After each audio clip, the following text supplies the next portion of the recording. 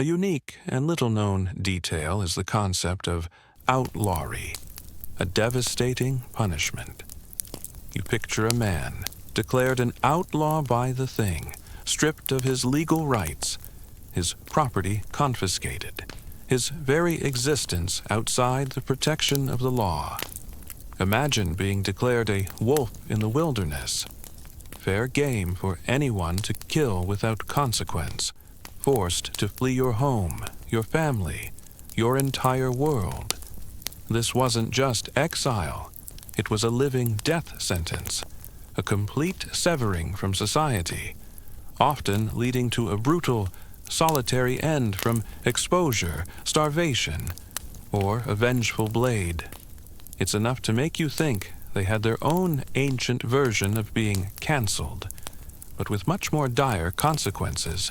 Hey guys, tonight we're going to dim the lights and drift back, not into a cozy dream, but into the icy, windswept lands of ancient Scandinavia. Imagine, if you will, the biting chill of the northern air, the scent of wood smoke and damp earth. As you stand on a rugged coastline, watching longships cut through the gray waves, you see figures, hardened by the elements, their faces etched with determination, their hands calloused from axe and oar. You might think, wow, what a life of adventure. But tonight, we're going to gently pull back the veil on the romanticized image of the Viking warrior and reveal the brutal, often agonizing, reality of their existence, starting from their very childhood. A reality where, let's be honest, you probably wouldn't have survived past your teens.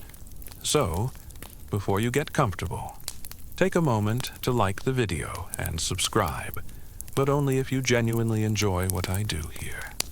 And hey, drop a comment below with where you're listening from and what time it is. Now, dim the lights, maybe turn on a fan for that soft background hum, and let's ease into tonight's journey together. Then, there's the blood feud, the relentless cycle of vengeance. You recall the feuds from earlier. If a killing occurred, particularly one deemed dishonorable or uncompensated, it was not just a crime. It was a debt of blood that demanded repayment. Common historical fact tells us that blood feuds could last for generations, with families and clans locked in a brutal cycle of retaliatory killings. You envision a family mourning a fallen member, their grief quickly turning to a burning desire for vengeance. Imagine the chilling calculation who will be the next to fall. Every death demanded another, creating an endless chain of violence that consumed entire lineages. This wasn't just about justice. It was about honor, about not allowing a slight to go unpunished, even if it meant the destruction of your own family. It's like a very aggressive, very long-running family reunion. You are born into a world where softness is a luxury, and survival is a daily grind. From your earliest days, you are not coddled, not shielded from the harsh realities of life in the Norselands. The biting winds off the fjords are your first lullaby, and the rough wool of your swaddling clothes is your first lesson in discomfort. This isn't a childhood filled with playgrounds and participation trophies. It's a crucible, designed to forge resilience, strength, and an unwavering acceptance of hardship. You learn quickly that tears are for infants, and weakness is a luxury you cannot afford. The payment of vergild, or blood money, was an attempt to break the cycle of vengeance. You picture a chieftain negotiating a payment of silver or goods to compensate a family for a killing. Common historical fact tells us that wergild was a legal mechanism to avoid a blood feud, allowing the wronged party to accept compensation instead of demanding a life for a life. You hear the tense negotiations, the haggling over the price of a man's life, knowing that if an agreement couldn't be reached, the feud would continue. Imagine the difficult choice: accept wealth for your slain kin, or pursue a dangerous path of vengeance that could claim more lives. This system, while pragmatic, often struggled against the deep-seated cultural imperative for retribution. It's like a very grim insurance claim, but the premium is someone's life. Consider your very first steps.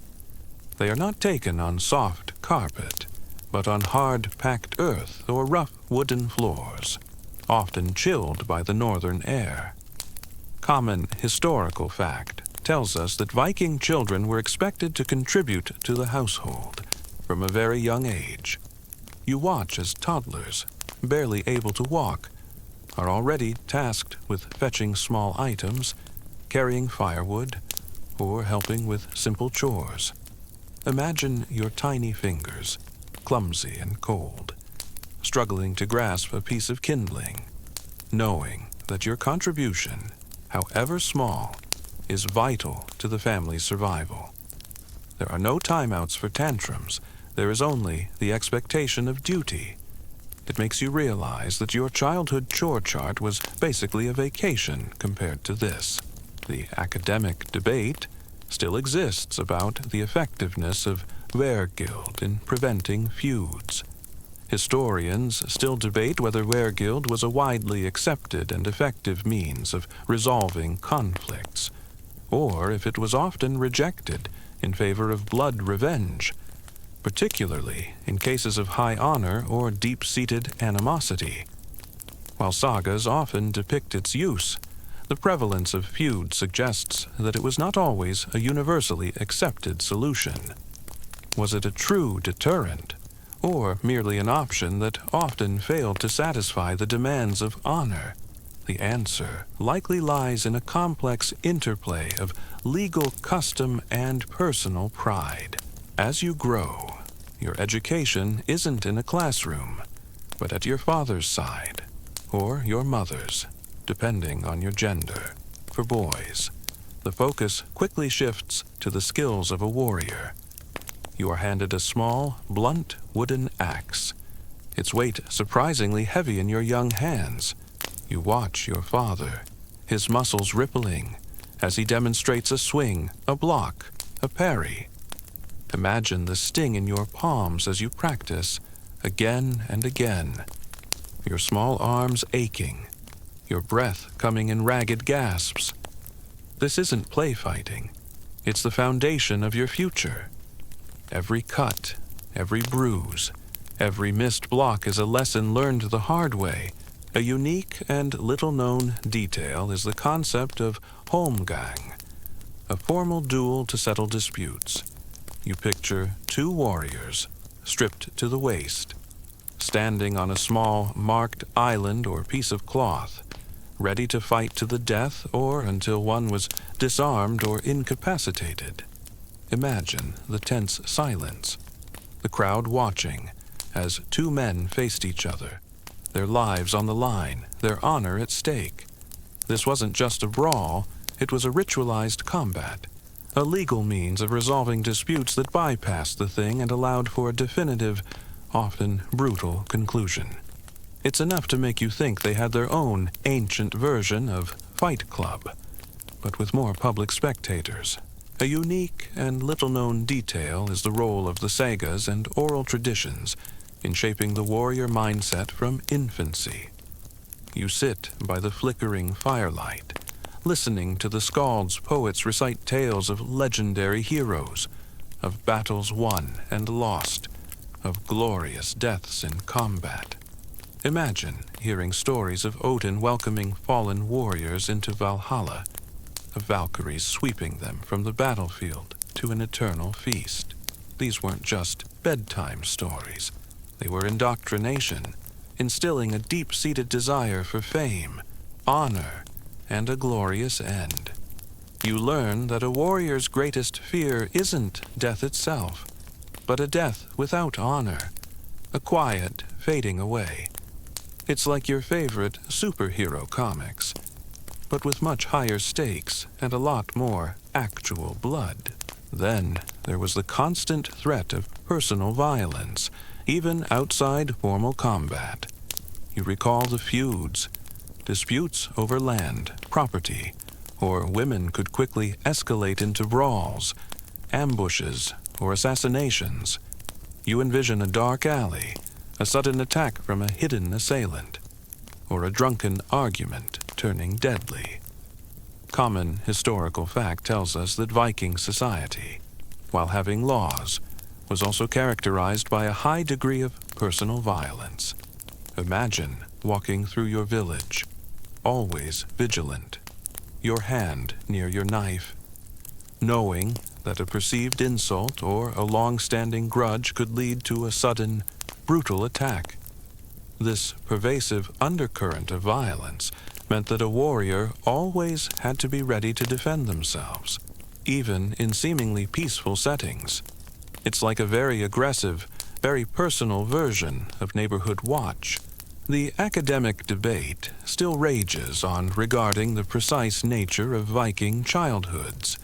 Historians still debate whether Viking children were universally subjected to such rigorous training from a very young age, or if there was more variation based on social class, family wealth, and regional customs. While the sagas glorify warrior training, the archaeological record often provides a more nuanced picture of daily life. Was it a brutal, universal experience, or a more varied upbringing, depending on your family's standing? The answer likely lies in a complex interplay of cultural ideals and practical realities. Consider the role of oaths and vows. You recall the honor code. Breaking an oath was a profound act of dishonor, often leading to severe consequences, including outlawry or blood feud. You picture a warrior swearing an oath on his ring or his sword, his words binding him to a course of action, even if it meant risking his life. Imagine the weight of such a vow, knowing that to break it would mean not just earthly punishment, but also divine disfavor and eternal shame. This moral framework, while promoting loyalty, also trapped individuals in cycles of violence. Compelled by their sworn word, it's like signing a contract. But the penalty for breach is your life. Your physical conditioning begins almost immediately. You are exposed to the elements. Not just endure them. You run barefoot over rocky terrain, your feet toughening with every stride. You learn to swim in icy fjords, your body shivering but adapting to the frigid water. Common historical fact tells us that physical prowess was highly valued in Viking society. You participate in wrestling matches, in feats of strength, pushing your young body to its limits. Imagine the burning in your lungs, the ache in your muscles, the constant competition with your peers. There are no excuses, no days off, only the relentless pursuit of strength and endurance. It makes your modern gym routine look like a leisurely stroll. The academic debate still exists about the true power of oaths in Viking society. Historians still debate whether oaths were primarily religious obligations, legal contracts, or social bonds that reinforced group cohesion. While sagas often highlight their sacred nature, the frequency of oath-breaking suggests that practical considerations sometimes outweighed spiritual commitments. Was it an unbreakable bond, or a flexible agreement depending on the circumstances? The answer likely lies in a complex interplay of religious belief, legal custom, and social pragmatism. Even your toys are tools for future combat. You play with miniature longships, learning the principles of sailing and navigation. You fashion bows and arrows, practicing your aim on small targets, imagining them as distant enemies. You wrestle with your siblings and friends, learning holds and takedowns that will serve you well in a shield wall. Imagine your childhood games, not just for fun, but as serious preparation for a life of raiding and warfare. Every play session is a lesson. Every fall a teaching moment. It's like playing a video game. But if you lost, you actually got hurt. A unique and little-known detail is the practice of berserker gang, the berserker's rage, which, while giving them immense power in battle, also made them unpredictable and potentially dangerous to their own side.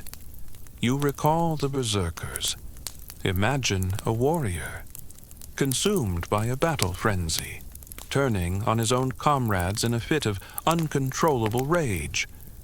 This terrifying loss of control, while perhaps revered in combat, would have made them feared and isolated outside of battle, a testament to the brutal, double-edged nature of their ferocity. It's enough to make you think they had their own ancient version of impulse control issues, but with more axes. Your diet, while often hearty, is not always consistent. You eat coarse bread, salted fish, and whatever meat can be hunted or farmed. Common historical fact tells us that food scarcity was a real threat, especially during long winters. You experience periods of hunger, your stomach rumbling, your energy flagging. Imagine the gnawing emptiness, the desperate longing for a full meal, knowing that your body needs sustenance to grow strong. This constant exposure to scarcity teaches you resilience and a deep appreciation for abundance when it comes. It makes you grateful for your well-stocked fridge, even if you sometimes complain about what's in it. Then there was the concept of revenge killings as a form of personal justice. You recall the blood feud. If the thing failed to provide satisfaction, or if a crime was committed far from legal authority, individuals or families would take matters into their own hands. You envision a lone warrior, tracking his enemy across vast distances, driven by a burning desire for retribution.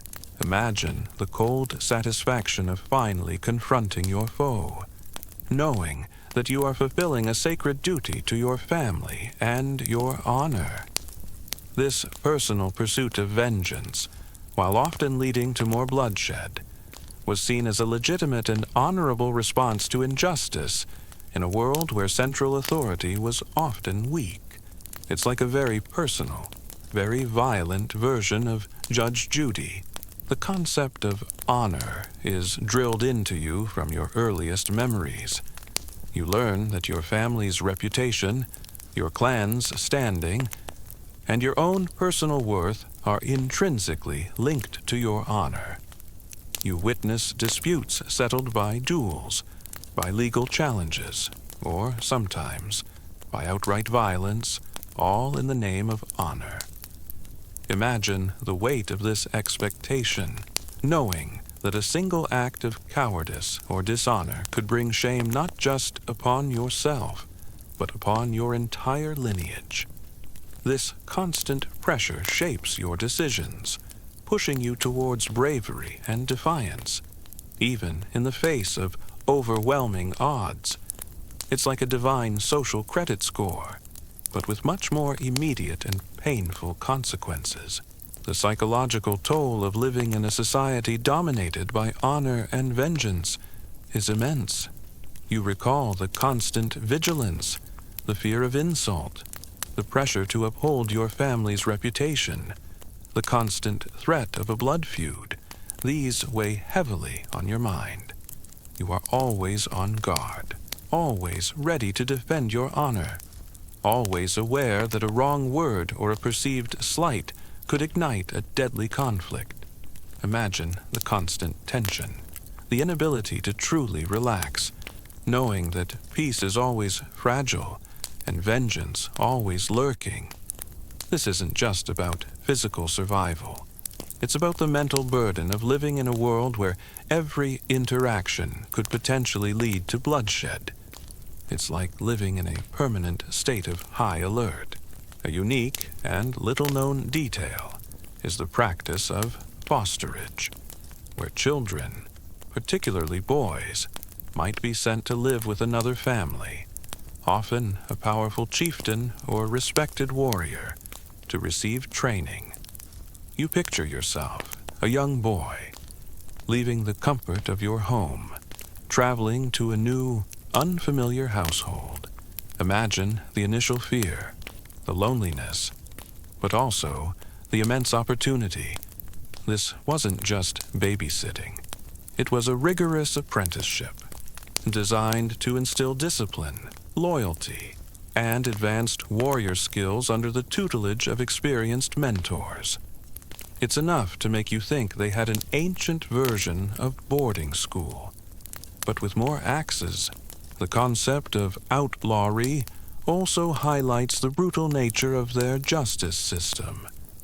You recall the wolf in the wilderness, being cast out of society, stripped of all protection, meant a guaranteed brutal end. You envision yourself shivering in the wilderness, hunted by former friends and neighbors, slowly succumbing to hunger, cold, or the blade of a bounty hunter. Imagine the utter despair, the complete isolation, knowing that your life has no value, no protection. This ultimate punishment was a stark reminder of the thin line between being a respected member of society and a hunted animal. The academic debate still exists about the prevalence and purpose of fosterage. Historians still debate whether fosterage was primarily a means of securing alliances between families, providing specialized training, or simply a way to alleviate economic burdens on large households. While sagas often depict it as a prestigious practice, its exact social function and frequency remain subjects of scholarly discussion. Was it a common practice, or a privilege reserved for the elite? The answer likely lies in a complex interplay of social custom and practical necessity. The academic debate still exists about the severity and frequency of outlawry. Historians still debate whether outlawry was a common punishment or a rare, extreme measure reserved for the most heinous crimes. While sagas often depict it dramatically, the practicalities of enforcing such a sentence across vast, sparsely populated lands are complex. Was it a widespread deterrent, or a symbolic punishment that was difficult to consistently apply? The answer likely lies in a nuanced understanding of their legal enforcement capabilities. Even your education in the sagas is a form of mental conditioning for battle. You learn about the cunning of Odin, the strength of Thor, the bravery of Freya. You internalize the idea that the gods themselves are warriors, and that a glorious death in battle is the surest path to Valhalla. Imagine hearing tales of warriors fighting bravely, even when outnumbered, knowing that their courage would be rewarded in the afterlife. This spiritual framework provides a profound motivation, transforming fear into a desire for glory. It's like a divine motivational speaker, but with more thunder. Even the process of dueling or holmgang, while a formal legal process, was inherently brutal. You recall the holmgang. It was a fight to the death, or until one party was incapacitated, designed to settle disputes through violence rather than prolonged legal wrangling. You imagine the pain of a broken bone, a deep cut, or a fatal blow, all inflicted in the name of justice. This acceptance of lethal combat as a legitimate form of legal resolution speaks volumes about the brutal nature of Viking society, where the sword often spoke louder than the law. Your training extends beyond weapons to the practicalities of raiding and survival. You learn to track animals, to set snares, to identify edible plants. You learn to build makeshift shelters, to navigate by the stars, and to endure long periods of cold and hunger. Imagine yourself alone in the wilderness, the snow falling, relying solely on your wits and the skills you've been taught to survive. These aren't just survival skills. They are essential for long voyages and raiding expeditions into unknown lands. It makes your modern camping trip look like a 5-star resort. The constant need to be armed and ready for conflict, even in your own home, reflects the pervasive violence. You recall the axe always within reach. Your weapon is not just a tool for raiding. It's a constant companion, a symbol of your readiness to defend yourself and your family at any moment. Imagine sleeping with your axe by your side, knowing that a sudden attack could come at any time, requiring immediate, brutal response. This constant state of readiness, while ensuring survival, also meant a life lived on the edge, always prepared for bloodshed. The importance of the longship, even for children, is emphasized. You spend hours observing shipbuilders, learning the names of the parts, understanding the principles of its construction. You help with minor tasks, carrying tools, fetching materials, absorbing the knowledge through osmosis. Imagine the sleek lines of a longship, its dragon-head prow cutting through the waves, knowing that this vessel will be your home, your transport, and your weapon. This early familiarity instills a deep respect for the craftsmanship and the perilous journeys it will undertake. It's like learning to drive a car when you're 5. But the car is also a war machine. As you reflect on the brutal justice system and the relentless cycle of vengeance, you realize that the romanticized image of the honorable Viking warrior often hides a far more complex and violent truth. Their lives were dominated by a rigid code of honor that often demanded blood, a legal system that struggled to contain personal retribution, and a pervasive culture of violence where feuds could consume entire families. It's a powerful reminder that while the sagas sing of glory and justice, the reality of honor's code often meant a grim, painful, and very final end, driven by the relentless price of vengeance. Even the concept of pain is reframed. You are taught to endure it, to push through it, to see it as a test of your spirit. You witness adults stoically bearing injuries, rarely complaining, rarely showing weakness. Imagine a deep cut, a sprained ankle, a broken bone. You are expected to grit your teeth, to bind your wounds, and to continue your duties. This isn't just about physical toughness. It's about mental fortitude, the ability to suppress discomfort and focus on the task at hand. It's enough to make you think they had an ancient version of rub some dirt on it. You've just navigated the brutal intricacies of Viking law, honor, and the relentless cycle of vengeance, where every slight could demand a bloody price. Now, as your warrior's journey continues, prepare to confront perhaps the most insidious and dehumanizing aspect of Viking society, the harsh reality of thraldom or slavery. The air no longer carries the tension of a legal assembly or the anticipation of a feud, but the heavy, silent weight of oppression, the faint smell of unwashed bodies, and the clinking of chains. You find yourself not as a free warrior, but as a captive, or observing the lives of those who have lost their freedom, where existence is defined by labor, fear, and the constant threat of violence, stripped of honor and agency. This is a world where human beings were treated as property, their lives dictated by the whims of their masters, and their brutal reality often ended in anonymity and despair. The academic debate still exists about the psychological impact of such a harsh upbringing. Historians still debate whether this relentless training fostered genuine resilience and mental toughness, or if it led to suppressed trauma and emotional detachment. Did it create fearless warriors, or individuals hardened by a lifetime of emotional suppression?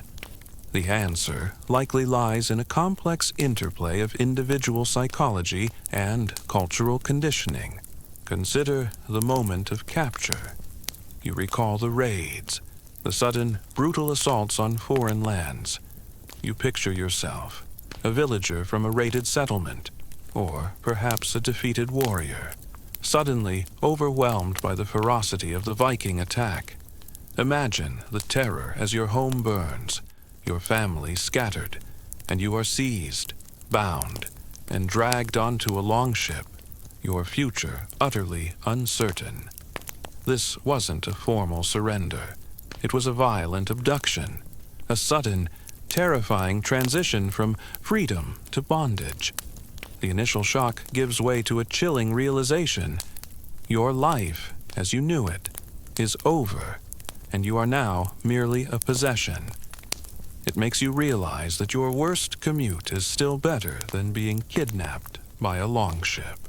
Your childhood, therefore, is not a time of carefree innocence, but a relentless preparation for a brutal life. Every game, every chore, every story is a lesson in survival, in combat, and in the pursuit of honor. You are taught to face fear, to embrace hardship, and to view death in battle not as an end, but as a glorious transition to Valhalla. This crucible of childhood forges a warrior, ready to face the brutal world that awaits them. A world where only the strong, the cunning, and the brave truly survive. The journey to the Norse lands is itself a brutal ordeal. You recall the ocean's fury. You are packed tightly into the longship, often in cramped, unsanitary conditions, with little food or water. Common historical fact tells us that many captives died during these perilous voyages across the open sea, succumbing to exposure, starvation, disease, or simply despair. You feel the cold spray, the constant dampness, the gnawing hunger, and the fear of the unknown. Imagine the cries of the sick, the moans of the dying, and the crushing weight of hopelessness as you are transported across vast, unforgiving waters. Your fate entirely out of your hands. This isn't just travel. It's a living nightmare, a prelude to the brutal life that awaits. You've just emerged from the brutal crucible of your Viking childhood, where every lesson was a test of endurance and every game a preparation for war. Now, as you step into adulthood, the training wheels are off, and the daily grind of survival in the unforgiving Norse landscape truly begins. The air is no longer just cold. It's a constant, biting presence, threatening to steal your warmth. The scent of wood smoke is now mixed with the tang of salt and the damp earth of a land that yields its bounty grudgingly. You find yourself facing not just the occasional raid, but a relentless, everyday battle against the elements, against hunger, and against the constant, insidious threat of disease. This is a world where every sunrise brings a new set of challenges, and simply making it to sunset is a victory in itself.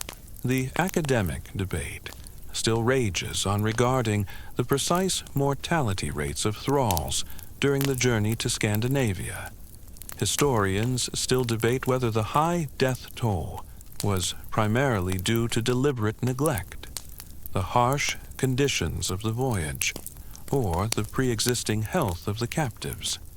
While sagas often mention the acquisition of thralls, detailed accounts of their transport are scarce, making it difficult to quantify the full human cost.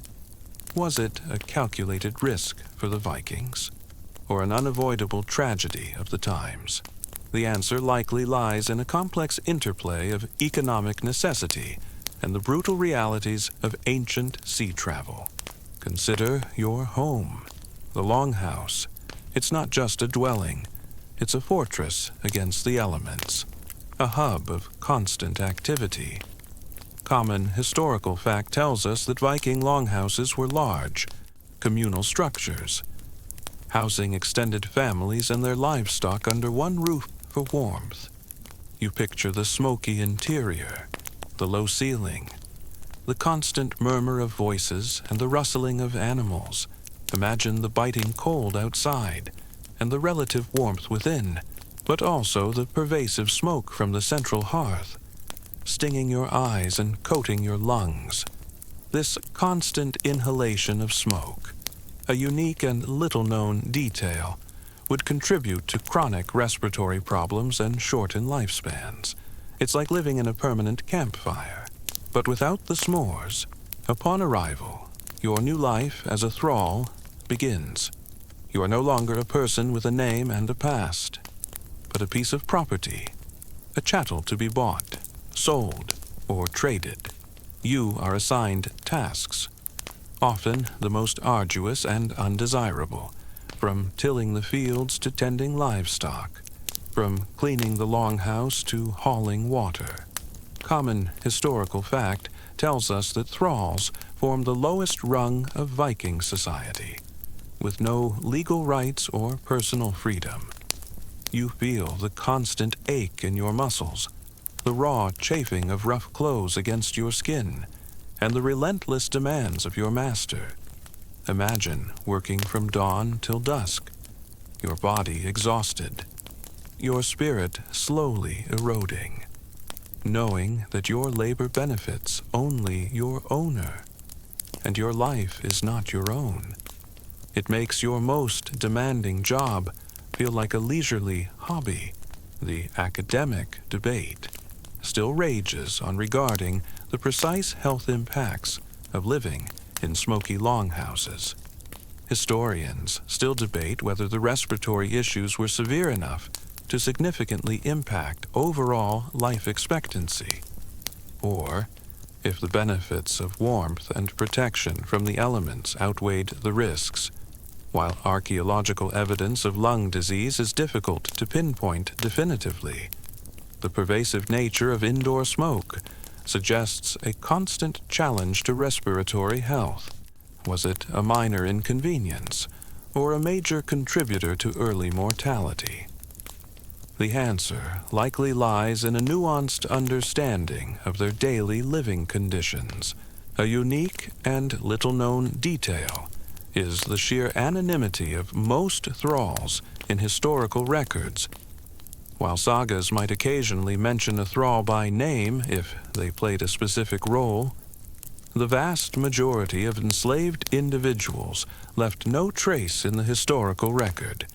You run your hand over a blank piece of parchment, imagining the countless lives that were lived and ended without ever being recorded, their stories lost to time. This lack of individual recognition was a profound dehumanization, a testament to their status as mere possessions, their identities erased by their bondage. It's enough to make you think they had their own ancient version of being unpersoned. Your daily chores are not just tasks. They are essential acts of survival. You rise with the sun, or even before it, to tend to the animals, milk the cows, or mend fences. You spend hours in the fields, tilling the stubborn soil, planting barley or rye, knowing that the success of the harvest means the difference between life and starvation. Imagine your hands, calloused and rough, working tirelessly, your back aching from the endless stooping and lifting. There are no machines to lighten the load, no easy shortcuts, only the raw physical labor of human hands against the earth. It makes your modern to-do list seem like a delightful suggestion. Consider the constant threat of violence and abuse. As a thrall, you have no legal protection. Your master can beat you, starve you, or even kill you with little to no consequence. You envision a thrall being struck for a minor transgression, their cries echoing through the longhouse, with no one to intervene. Imagine the constant fear, the pervasive anxiety, knowing that your safety depends entirely on the temperament of your owner, and that a bad mood or a moment of anger could lead to brutal punishment. This isn't just about hard work. It's about living under a perpetual shadow of physical and psychological torment, where your body is not your own, and your dignity is constantly under assault. It's like living with a very unpredictable, very violent roommate. Food, as you learned in childhood, is never taken for granted. You eat what the land and sea provide: fish, often dried or salted, coarse bread, root vegetables, and occasional meat from hunting or livestock. Common historical fact tells us that the Viking diet was largely seasonal and often monotonous. You experience periods of hunger, especially during the long, dark winters when supplies dwindle. Imagine the gnawing emptiness in your stomach, the constant craving for fresh food, the desperate rationing of every last crumb. This isn't just about feeling peckish. It's about the very real threat of malnutrition and starvation, which could weaken your body and make you susceptible to disease. It makes you grateful for your 24/7 supermarket, even if you complain about the price of avocados. The academic debate still exists about the severity and frequency of violence against thralls. Historians still debate whether the sagas, which sometimes depict brutal treatment, accurately reflect the everyday reality for most thralls, or if there was more variation in treatment depending on the master and the region. While the legal framework certainly allowed for abuse, the economic value of thralls might have incentivized some masters to treat them reasonably well to ensure productivity. Was it a universal reign of terror, or a more varied experience with pockets of relative leniency? The answer likely lies in a nuanced understanding of economic factors and individual human behavior. The constant threat of disease is an invisible enemy, far more pervasive than any raiding party. You recall the smoky longhouses. Common historical fact tells us that sanitation was rudimentary, and infectious diseases like dysentery, tuberculosis, and smallpox were rampant. You picture a cough spreading through your longhouse, a fever gripping your family members, knowing there's little you can do but offer comfort and pray to Air, the goddess of healing. Imagine the helplessness as a loved one wastes away, their body racked with illness. Without the miracle of modern medicine, every sneeze, every shared meal, every crowded gathering is a potential vector for a silent killer. It makes you instinctively reach for the hand sanitizer. Even your diet, while keeping you alive, is often meager and monotonous. You eat the scraps, the leftovers, the cheapest and least desirable foods. You experience constant hunger, your body perpetually undernourished, making you susceptible to illness and weakness. Imagine the gnawing emptiness in your stomach, the longing for a proper meal, knowing that your master eats well while you subsist on meager rations. This isn't just about feeling peckish. It's about the slow, insidious process of malnutrition, which could lead to chronic health problems and a slow, agonizing death.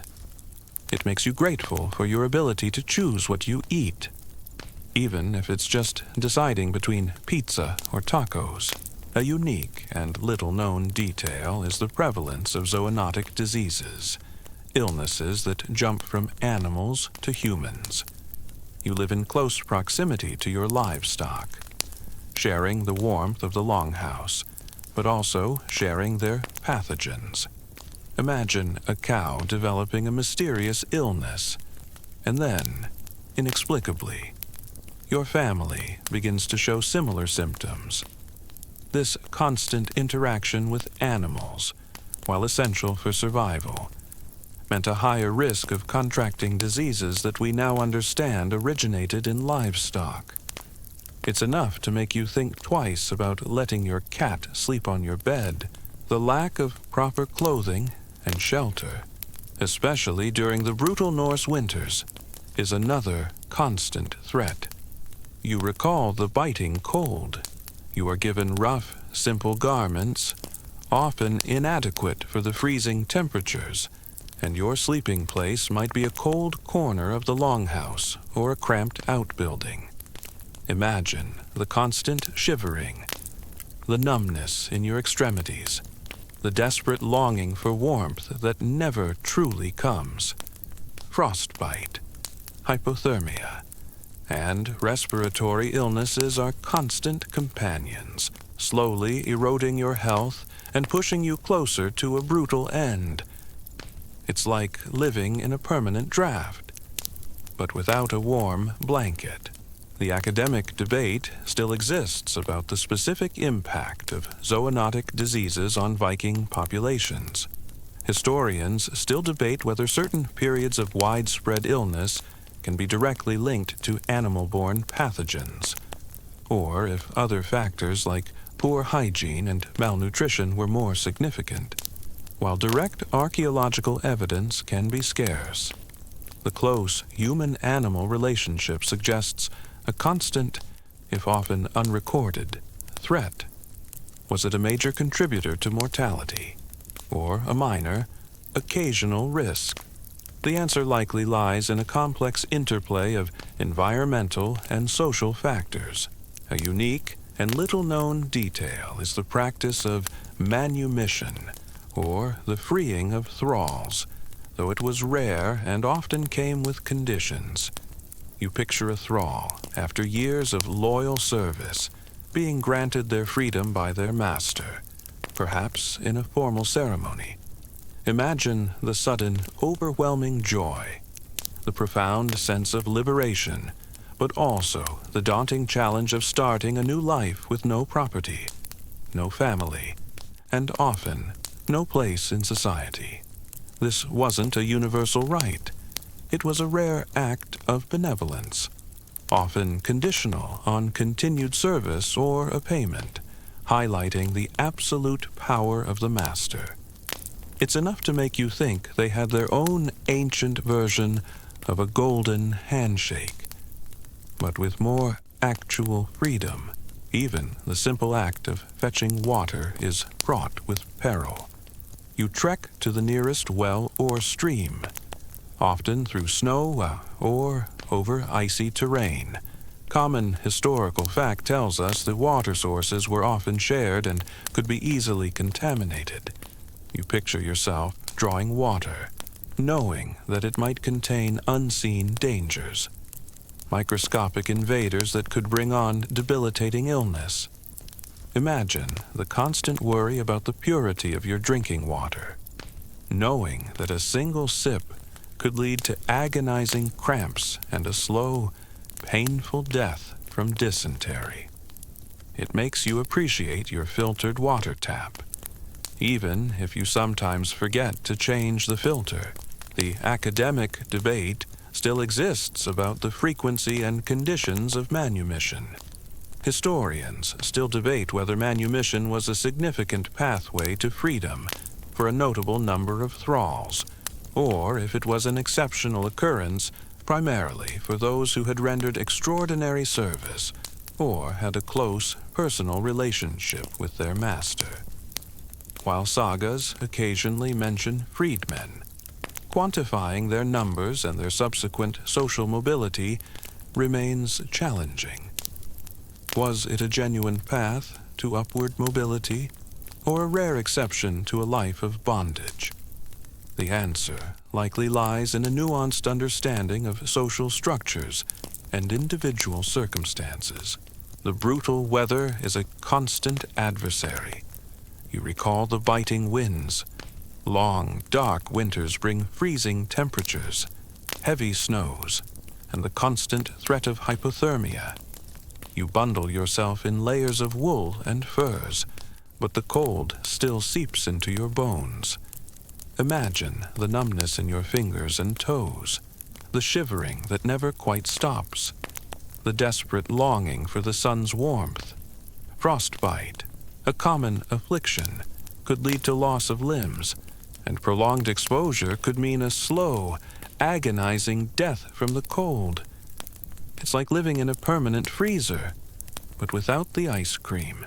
Even your name, if you had one, could be changed by your master, further stripping you of your identity. You recall the anonymity. You are called by a generic term or a new name given by your owner, severing your connection to your past and your lineage. Imagine being stripped of your given name, your personal history erased, and being forced to answer to a new, unfamiliar designation. This act of renaming was a powerful symbol of your loss of self, a final step in your dehumanization. It's like having your social security number changed, but for your entire identity. The sea, while providing sustenance and pathways for raiding, is also a relentless, unforgiving force. You recall the longships, even when not on a raid. Fishing in the treacherous northern waters is a dangerous occupation. A sudden storm, a rogue wave, or a capsized boat could mean a swift, icy death. You picture yourself in a small fishing vessel, the waves crashing around you, the wind whipping at your face, knowing that one wrong move could send you to the bottom. Imagine the cold shock of the water, the desperate struggle against the currents, the terrifying realization that help is too far away. Drowning, a silent and often solitary death, is a constant threat for those who live by the sea. It makes you think twice about that weekend sailing trip. The psychological toll of thraldom is immense. You recall the constant fear, the loss of freedom, the perpetual fear of violence, the constant degradation, and the absence of hope. These weigh heavily on your mind. You suffer from despair, from a profound sense of helplessness, and from the crushing realization that your life has no meaning beyond serving another. Imagine the sleepless nights, the constant anxiety, the slow erosion of your spirit, as you are forced to endure a life without dignity or purpose. This isn't just about physical survival. It's about the mental and emotional burden of living in perpetual bondage. It's like living in a permanent state of quiet desperation. The threat of accidents, even in the seemingly safe confines of your home or village, is ever present.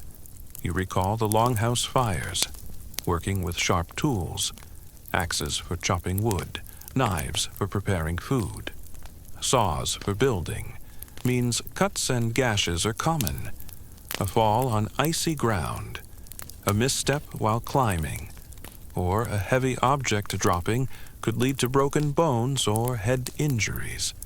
Imagine a deep cut festering, a broken leg that never sets properly, or a head wound that causes internal bleeding.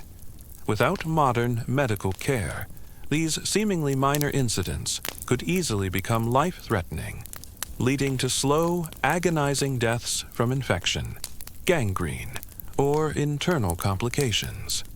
It makes you appreciate your first aid kit, even if it only contains Band-Aids. The fate of thralls often ended in anonymity and despair.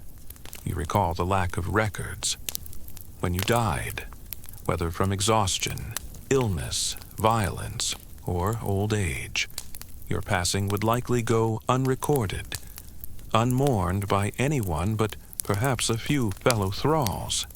You would be buried in an unmarked grave, your body returning to the earth without ceremony, your life a footnote in the history of your master's household. Imagine a life lived and ended without recognition, your very existence erased by the brutal reality of your bondage. This was the ultimate indignity, a final testament to the dehumanizing nature of thraldom. A unique and little-known detail is the danger posed by wild animals, even those not typically seen as predators. While bears and wolves were certainly a threat in the wilderness, even domesticated animals could cause serious injury. A kick from a horse, a goring from a bull, or a bite from a rabid dog could lead to severe trauma or deadly infections. You picture a child playing near livestock, unaware of a sudden, unpredictable movement, or a farmer being thrown from a cart pulled by a startled ox. Imagine the sudden impact, the crushing weight, or the searing pain of a bite, knowing that rabies, if contracted, meant a terrifying, inevitable death. It's enough to make you keep your distance from farm animals, even if they look cute. The academic debate still exists about the archaeological evidence of thrall burials. Historians still debate whether specific unmarked or less elaborate burials can be definitively identified as those of thralls, or if they represent the poor or marginalized members of society. While the archaeological record provides clues about social stratification, definitively linking specific burials to the status of thraldom remains a challenge. Can we truly identify the graves of the enslaved? Or are their final resting places forever lost to history? The answer often lies in careful interpretation of limited evidence. The academic debate still exists about the frequency of animal-related injuries and deaths in Viking society. Historians still debate whether these incidents were a significant cause of mortality, or if they were relatively rare compared to other dangers like disease and warfare. While sagas often highlight dramatic encounters with wild beasts, the everyday risks from domesticated animals might have been more pervasive. Was it a common occurrence for a farmer to die from a kick from his livestock, or a rare, tragic event? The evidence is sparse, leaving room for ongoing speculation. Even the children born to thralls inherited their parents' status, perpetuating the cycle of bondage. You picture a thrall mother, giving birth to a child who is immediately, by birthright, also a thrall. Imagine the heartbreak, the profound sadness of knowing that your child is born into the same brutal existence, with no hope of freedom. This inherited bondage meant that the scars of slavery were passed down through generations, ensuring a continuous supply of labor for the Viking elite. It's a chilling reminder that the brutal reality of thraldom was not just an individual fate, but a systemic aspect of Viking society. Even the simple act of travel, whether by land or sea, presented constant dangers. You recall the longships. Journeys between settlements, even short ones, could be perilous due to harsh weather, treacherous terrain, or the threat of bandits. Long voyages across the open sea, as we'll explore later, were even more so. You envision yourself trudging through deep snow, or navigating a rocky coastline, knowing that a sudden blizzard or a hidden rock could spell disaster. Imagine being stranded far from home, exposed to the elements, your supplies dwindling, facing a slow, agonizing death from hunger or cold. It's a reminder that every step outside your longhouse was a gamble. The constant threat of being sold or traded further exacerbated the psychological toll. You recall being bought and sold. You could be separated from any connections you had managed to forge, from a fellow thrall you befriended, or even from your own children. You envision a master deciding to sell you to another household, or trading you for goods, with no regard for your feelings or attachments. Imagine the sudden wrenching pain of separation, the profound loss, knowing that your life is not your own and your relationships are as fragile as your freedom. This constant uncertainty added another layer of fear and instability to an already brutal existence. The constant threat of violence, even outside organized raids, was a part of daily life. You recall the concept of honor. Feuds between families or clans, often sparked by perceived insults or minor disputes, could escalate into brutal localized conflicts, leading to ambushes, assassinations, or retaliatory killings. You picture a quiet evening suddenly shattered by the sounds of shouting and steel, as a long-standing grudge erupts into bloodshed. Imagine being caught in the middle of such a feud, your life suddenly at risk from a neighbor's vengeance. This pervasive undercurrent of violence meant that even when not on a raid, a Viking warrior always had to be ready to defend themselves and their family. It's like a neighborhood watch program, but with more axes and less actual watching.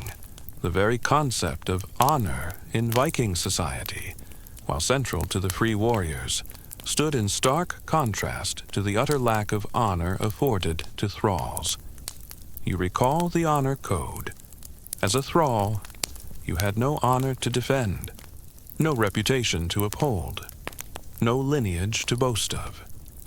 You were outside the very framework that defined worth in Viking society. Imagine living in a world where your very existence was deemed dishonorable, where you were seen as less than human, simply because of your status. This profound social degradation was perhaps the deepest wound of thraldom, a constant reminder of your brutal reality. The scarcity of resources, particularly during prolonged periods of hardship, could lead to desperate measures. You recall the hunger, raiding, while often seen as an act of aggression, was also a pragmatic response to resource scarcity, a way to acquire wealth and sustenance that their own land might not provide.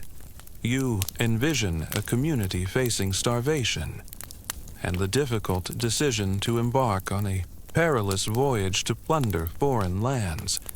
Imagine the desperation that would drive you to risk your life for food, knowing that failure meant the slow, agonizing death of your family. This constant struggle for resources shaped their entire way of life, pushing them towards a brutal existence. As you reflect on the harsh reality of thraldom and human bondage, you realize that the romanticized image of the daring Viking warrior often hides a far darker truth, the suffering of the enslaved. Their lives were a constant struggle against oppression, violence, and dehumanization, where every day was a battle for survival, and freedom was a distant, often unattainable dream. It's a powerful reminder that while the sagas sing of glory and conquest, the reality of thraldom was often a grim, agonizing, and very final end, marked by anonymity and despair. As you reflect on the relentless daily grind and the constant threats faced by Viking warriors, you realize that their lives were not just about glorious battles and daring raids. They were a continuous struggle against the unforgiving elements, against hunger and disease, and against the ever-present dangers of a harsh, untamed world. Every sunrise brought a new set of challenges, and simply surviving another day was a testament to their incredible resilience and their brutal fortitude. It's a powerful reminder that the romanticized image of the Viking often hides a far more arduous and perilous reality. You've just confronted the dehumanizing reality of thraldom, where human beings were reduced to property, their lives stripped of honor and agency. Now, as your warrior's journey continues, prepare to face adversaries even more relentless and pervasive, the unforgiving grip of winter, the gnawing agony of hunger, and the silent, indiscriminate terror of disease. The air no longer carries the faint smell of unwashed bodies or the clinking of chains, but the biting chill of frost, the faint, desperate scent of dwindling supplies, and the pervasive, unseen presence of sickness.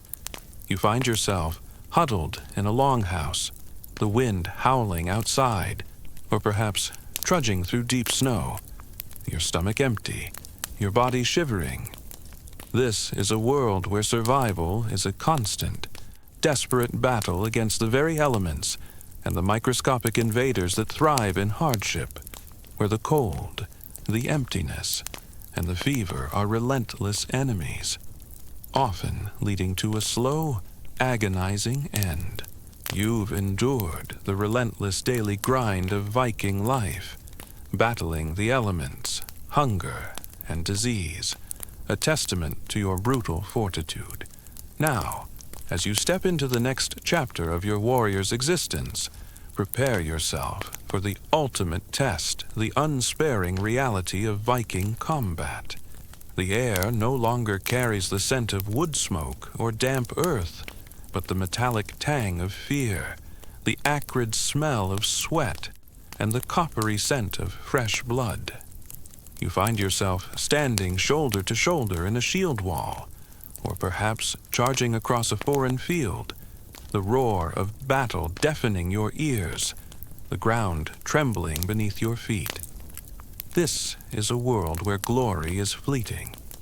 Death is often swift and brutal, and survival is a matter of skill, luck, and an unwavering will to fight. Consider the onset of winter. You recall the biting cold from earlier. As the short gray days grow even shorter, and the sun becomes a pale, distant memory, the temperature plummets, and the land transforms into a frozen, unforgiving expanse. Common historical fact tells us that Norse winters were long, dark, and incredibly harsh, often lasting for many months.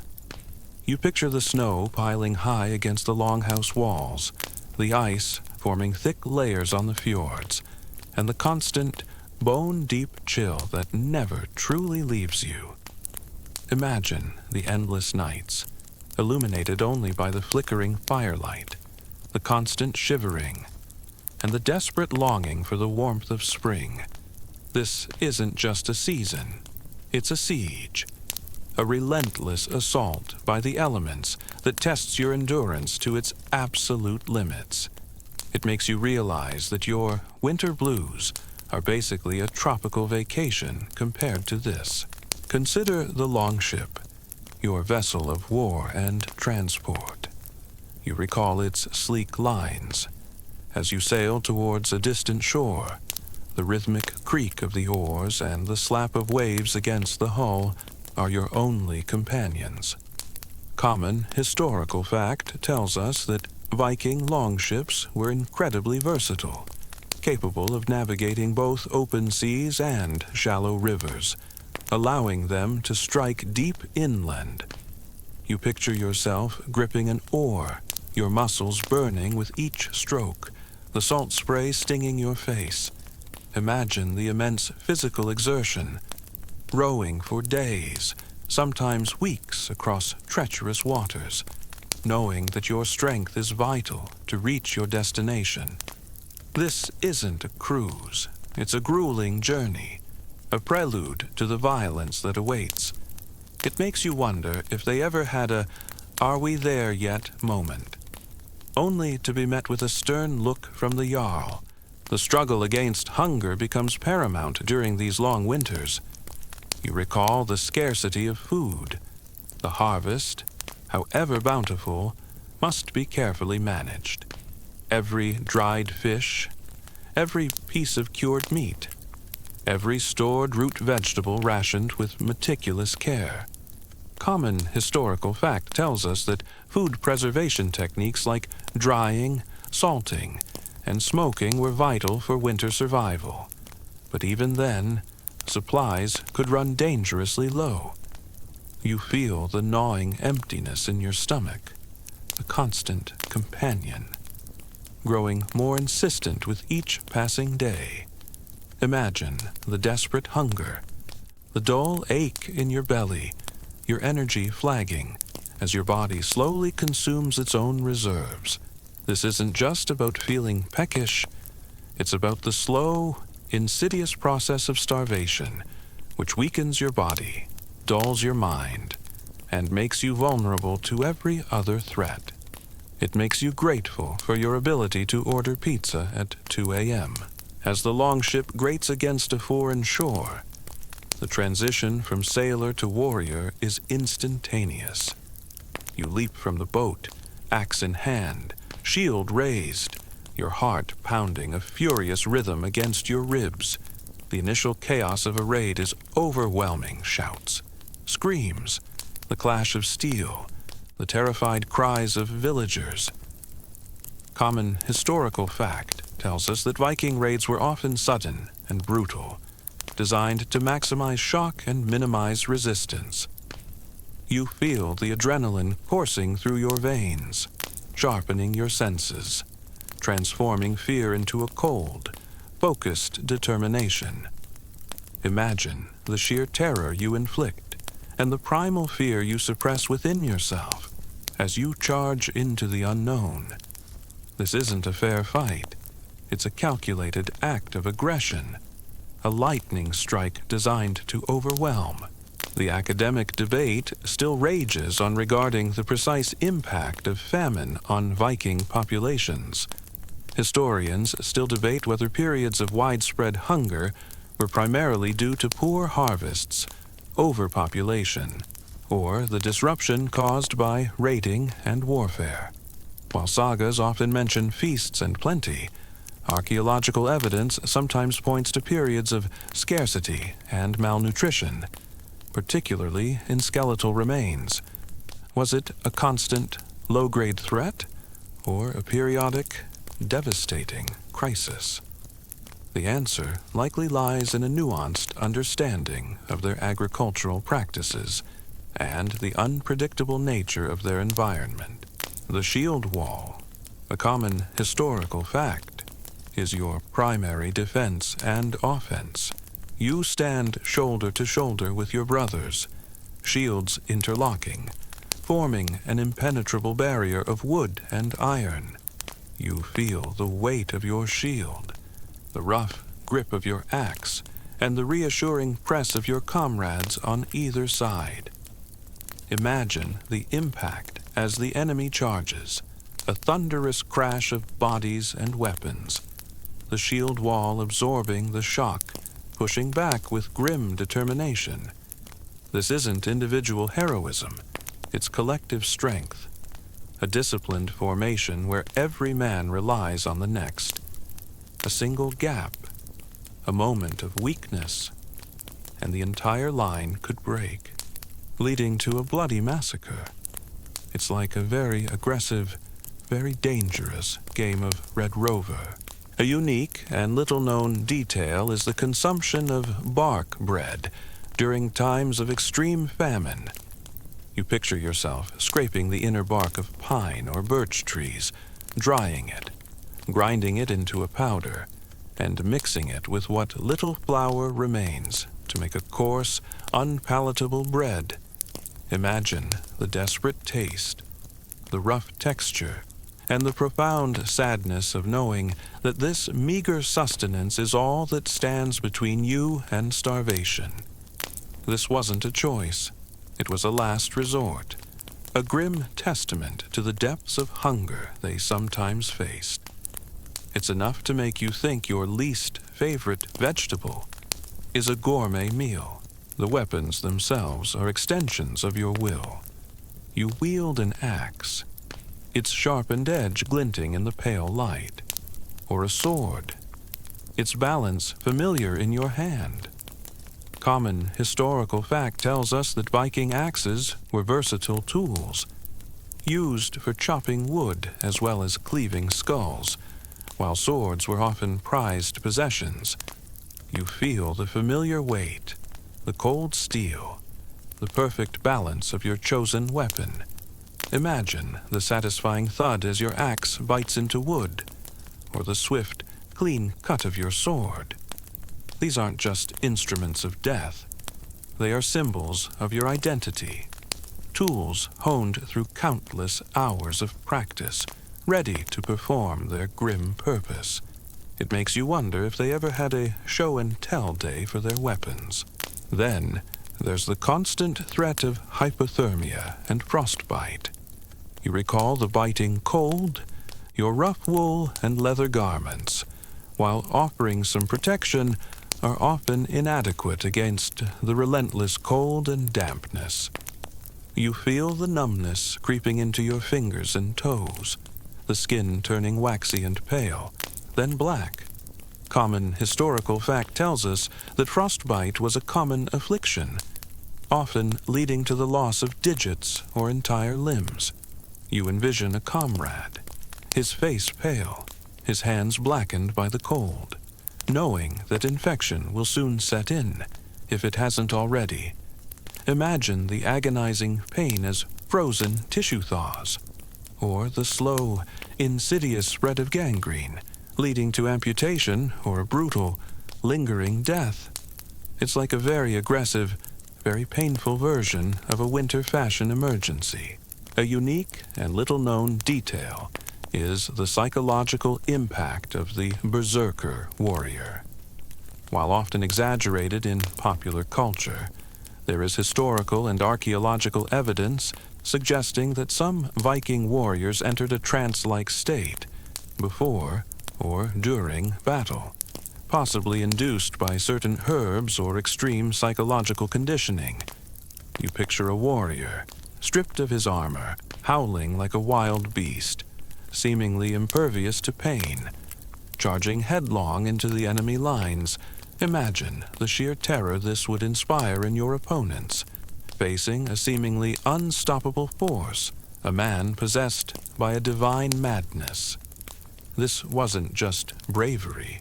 It was a terrifying, almost supernatural ferocity that could turn the tide of battle, but also leave the warrior vulnerable to exhaustion or injury once the trance wore off.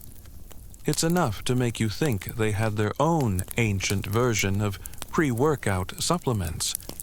But with more shouting, the long periods of confinement in the smoky longhouse, while providing warmth, also create ideal conditions for the spread of disease.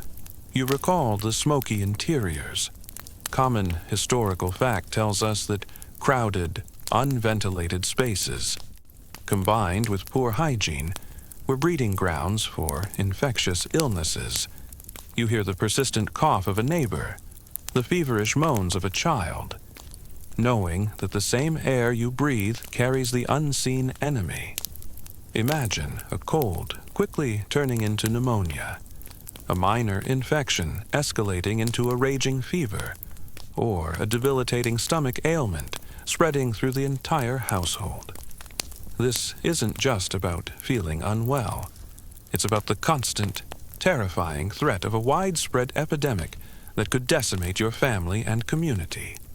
It makes you appreciate your personal space, even if you sometimes feel a bit too isolated. The academic debate still rages on regarding the true nature of berserkers. Historians still debate whether berserkers were actual warriors who entered a trance, or if the accounts were largely exaggerated for propaganda purposes, or if they suffered from a genuine medical condition. While some scholars point to the use of hallucinogenic mushrooms or alcohol, definitive evidence is scarce. Was it a real phenomenon or a fearsome myth? The answer likely lies in a complex interplay of psychological states, cultural beliefs, and wartime exaggeration. A unique and little-known detail is the prevalence of rickets and other vitamin deficiencies, particularly during the long, dark winters. You picture a child with bowed legs or a deformed skull, clear signs of rickets, caused by a lack of vitamin D from insufficient sunlight. Imagine growing up with weakened bones, susceptible to fractures, your body unable to develop properly. This chronic malnutrition, while not always immediately fatal, made individuals more vulnerable to other illnesses and reduced their overall quality of life, a silent testament to the challenges of their diet and environment. It's enough to make you think they needed a divine sun lamp. The wounds you sustain in combat are brutal and often fatal. You feel the searing pain as an enemy blade slices through your arm, or the crushing impact as a shield slams into your ribs. Common historical fact tells us that Viking combat was incredibly violent, leading to severe injuries, deep gashes, broken bones, severed limbs, and devastating head wounds. You see the blood, dark and warm, gushing from your wounds. Feel the dizziness as your strength drains away. Imagine a spear thrust piercing your side, a blow to the head that shatters your skull, or an arrow finding its mark in your chest. Without modern medical care, even a seemingly survivable wound could fester, leading to agonizing infection and a slow, painful death days or weeks later. It makes you appreciate modern emergency rooms, even with the long wait times. The academic debate still exists about the long-term health consequences of dietary deficiencies in Viking populations. Historians still debate whether specific skeletal deformities or signs of chronic illness were primarily due to nutritional deficiencies, or if they were exacerbated by other factors, like heavy labor and exposure to disease. While the evidence is often circumstantial, the conditions of their environment suggest a constant struggle for adequate nutrition. Was it a widespread problem, or a localized issue in times of extreme scarcity?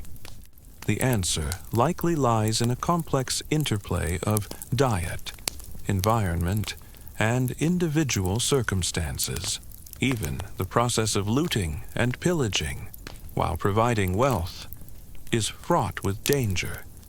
You recall the longships. You move through a burning village, the screams of the dying echoing in your ears, your eyes scanning for valuables. Common historical fact tells us that raids were not just about combat. They were about acquiring resources, slaves, and treasure. You feel the heat of the flames, the acrid smoke filling your lungs, and the constant vigilance against hidden enemies or collapsing structures.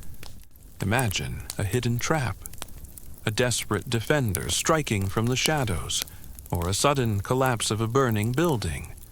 The pursuit of wealth often came with its own set of brutal risks, even after the main fighting had ceased. It's like a very dangerous shopping spree. Even the water supply, often frozen or contaminated during winter, presents a constant challenge. You recall the contaminated water sources. You melt snow or ice for drinking water, knowing that it might contain unseen pathogens, or that the process of melting consumes precious firewood. Imagine the constant thirst, the desperate need for clean water, and the chilling realization that your very source of hydration could be a source of illness. This constant struggle for potable water adds another layer of hardship to an already brutal existence, making you appreciate your heated tap water. The concept of honor in battle is paramount.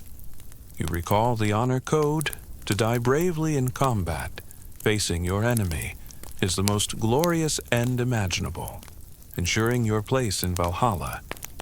You envision yourself, even mortally wounded, refusing to yield, striking one last blow against your foe. Imagine the burning desire for fame, for a legacy that will be sung in the sagas, a death that will be remembered.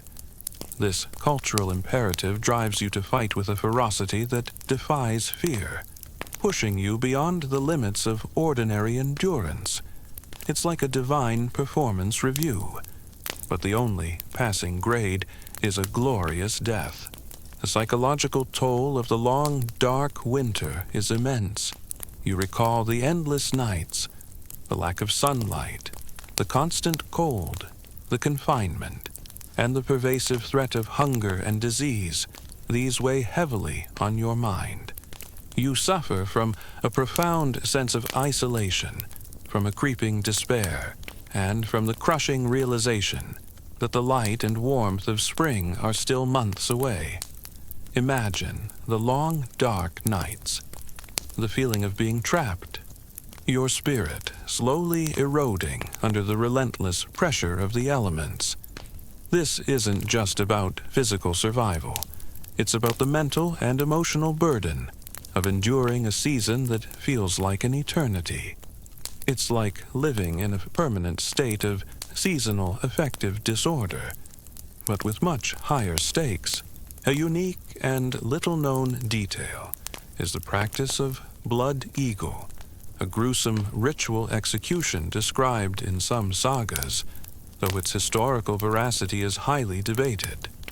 You hear whispers of enemies being captured and subjected to this horrifying ritual, their ribs severed from the spine and lungs pulled out to resemble eagle wings.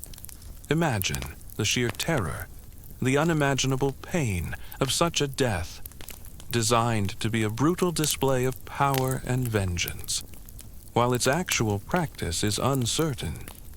The very existence of such a tale in their lore speaks volumes about the brutal imagination of the Viking age. It's enough to make you think they had their own ancient version of a horror movie marathon. A unique and little-known detail is the importance of storytelling and communal gatherings during winter to combat the darkness and isolation. You picture yourself gathered around the hearth, listening to sagas, sharing news, and playing games, trying to forget the harsh realities outside. Imagine the warmth of human connection, the comfort of shared stories, and the temporary escape from the grim reality of winter. These communal activities, while not directly saving lives, were vital for maintaining morale and psychological well-being, a testament to their resilience in the face of profound hardship. It's enough to make you think they had their own ancient version of Netflix binge-watching, but with more oral tradition. The academic debate still exists about the historical reality of the blood eagle. Historians still debate whether the blood eagle was a genuine Viking execution method, a literary invention from later sagas, or a misinterpretation of poetic descriptions. While some scholars argue for its possibility, definitive archaeological evidence is lacking, making it one of the most controversial and gruesome aspects of Viking lore. Was it a real practice, or a terrifying myth designed to strike fear into the hearts of their enemies? The answer remains a subject of intense scholarly discussion. The academic debate still exists about the role of communal activities in Viking mental health. Historians still debate whether these gatherings were truly effective in mitigating the psychological impact of winter, or if they were merely a temporary distraction from pervasive despair. While sagas often highlight their importance, the underlying psychological toll of their brutal existence is difficult to quantify. Did it truly provide solace, or merely a brief respite from a grim reality?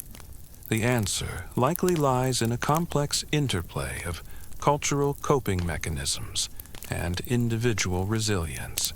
Even the retreat from battle can be deadly. You recall the longships. If a raid goes poorly, or you face overwhelming odds, the desperate scramble back to the longships can be just as dangerous as the initial assault. You envision warriors falling, cut down from behind, as they try to reach the safety of their ships, or drowning in the icy waters as they attempt to swim to freedom. Imagine the terror of a disorganized retreat. The enemy hot on your heels, knowing that every moment of hesitation could mean your death. This isn't a graceful withdrawal. It's a desperate flight for survival, where many brave warriors meet their end. Even the animals, crucial for survival, suffer during winter, impacting human life. You recall the livestock. Livestock might succumb to the cold, disease, or lack of fodder, leading to a loss of vital resources for your family. You envision your prized cow, weakened by the cold, slowly dying, knowing that its loss means less milk, less meat, and a harder winter ahead. Imagine the heartbreaking loss, the profound impact on your family's chances of survival as your animals, your very livelihood, succumb to the brutal conditions. This interconnectedness meant that the suffering of your animals directly impacted your own chances of making it through the winter. The constant threat of reprisal raids is a part of your life. You recall the feuds, even if you return victorious. You know that the people you raided, or their allies, might seek vengeance. You live with a constant vigilance, your axe always within reach, your longhouse ready for defense. Imagine the sudden alarm in the middle of the night, the shouts of enemy as a foreign longship appears on your horizon, bringing the violence back to your own doorstep. This cycle of violence means that even when not on a raid, a Viking warrior is always living on the edge, always prepared for the next fight. The constant need for firewood, even during the harshest storms, is a relentless chore. You recall the chores. You brave the biting cold, the deep snow, and the icy winds to chop wood, knowing that without it, the longhouse fire will die and your family will freeze. You feel the axe biting into the frozen timber, your muscles aching, your breath misting in the frigid air. Imagine the desperate struggle to gather enough fuel, the constant vigilance against running out, knowing that a single lapse could mean a slow, agonizing death from exposure. It's like a very demanding, very cold version of a daily workout. The sheer physical toll of constant combat and training leaves its mark on your body. You recall the physical conditioning. Your bones are scarred with healed fractures. Your muscles ache with chronic pain, and your joints creak from years of strenuous activity. You might have lost an eye, a finger, or bear the disfiguring scars of old wounds. Imagine your body, once young and strong, now a testament to a lifetime of brutal combat. Each scar a story of survival, or a reminder of a near-fatal encounter. This isn't just about winning battles.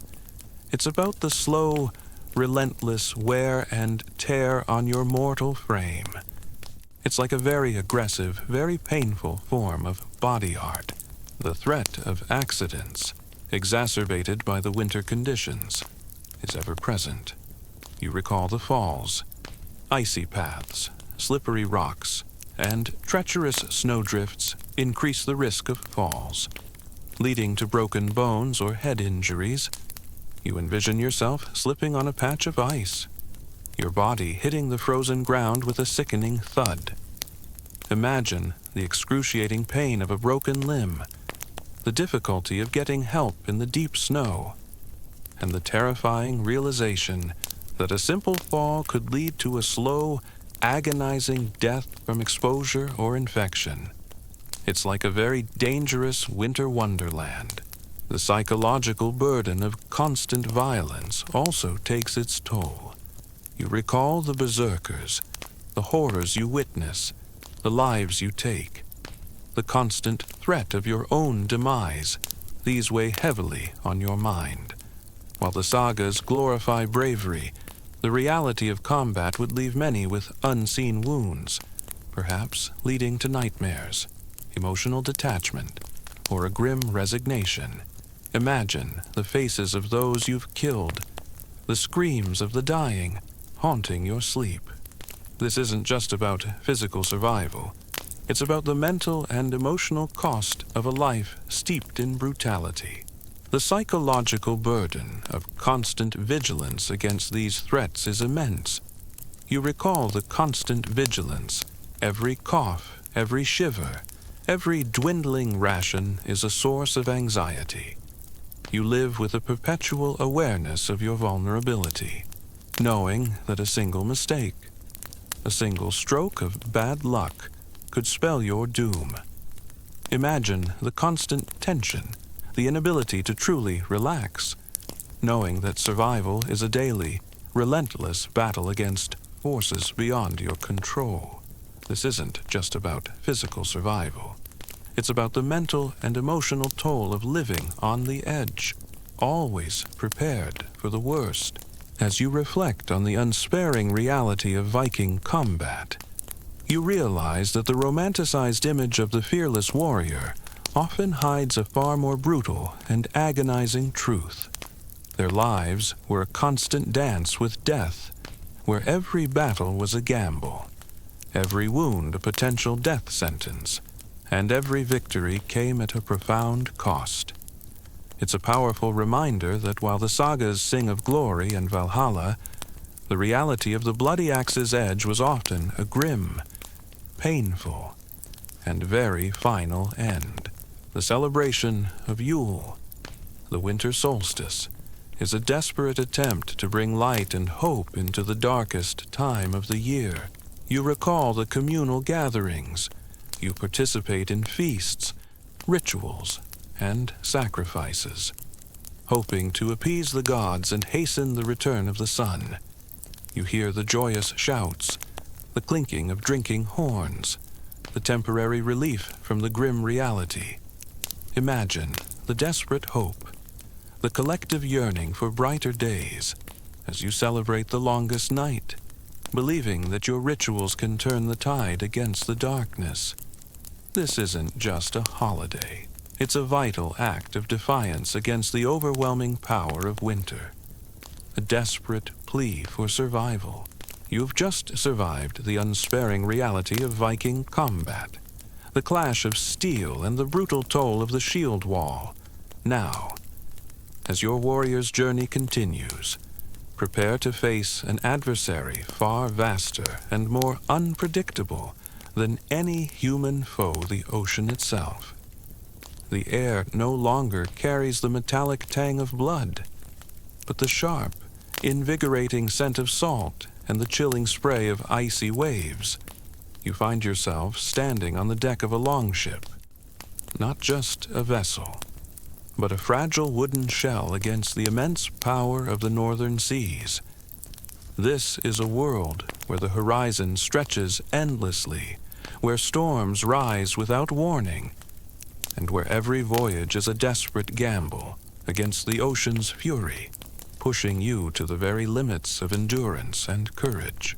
As you reflect on the relentless struggle against cold, famine, and disease, you realize that the romanticized image of the daring Viking warrior often hides a far more brutal and agonizing truth.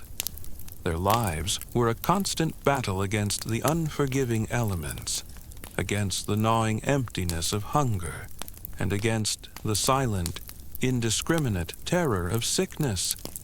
Every winter was a test of endurance, every meal a victory, and every breath a testament to their incredible resilience in the face of profound hardship.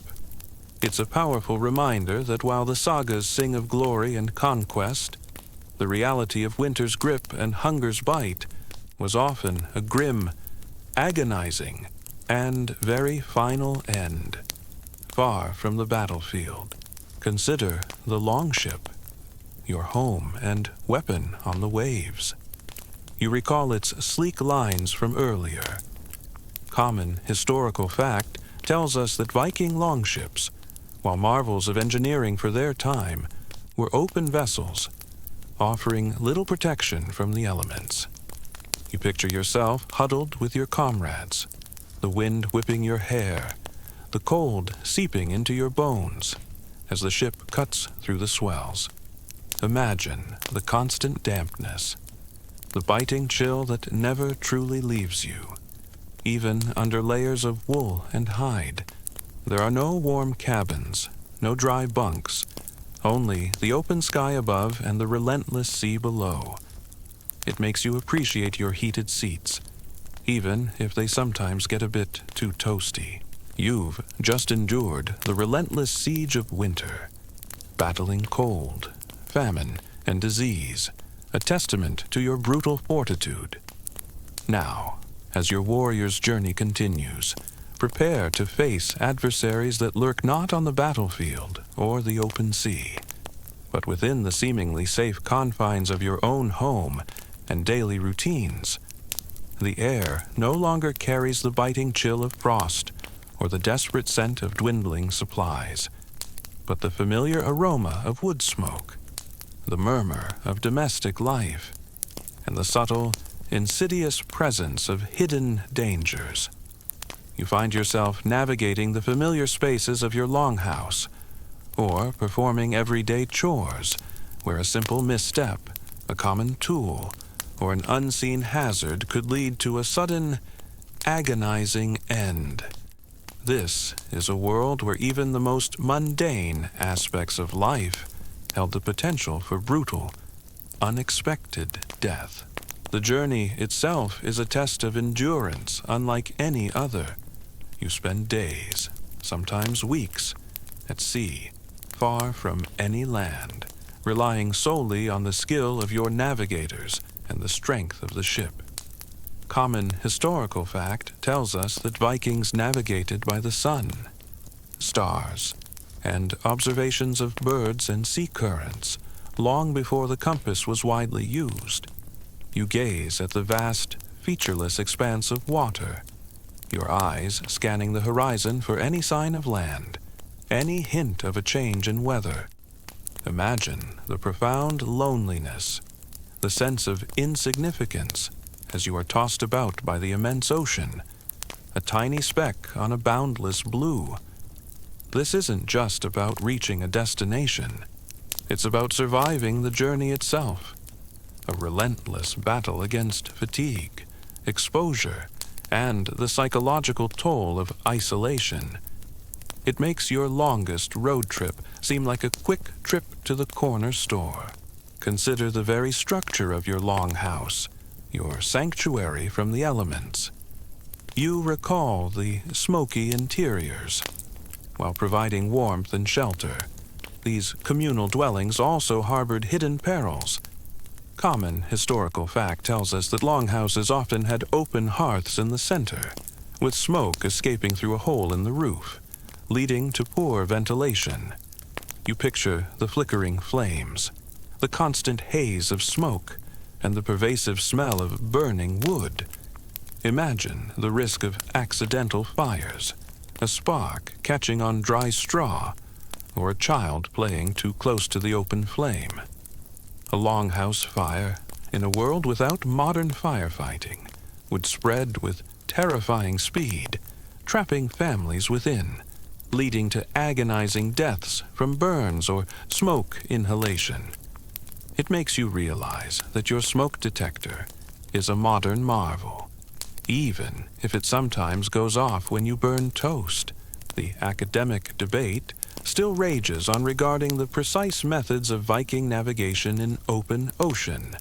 Historians still debate whether they relied more heavily on celestial navigation, dead reckoning, calculating position based on speed and direction, or a combination of environmental cues like wave patterns and bird flight.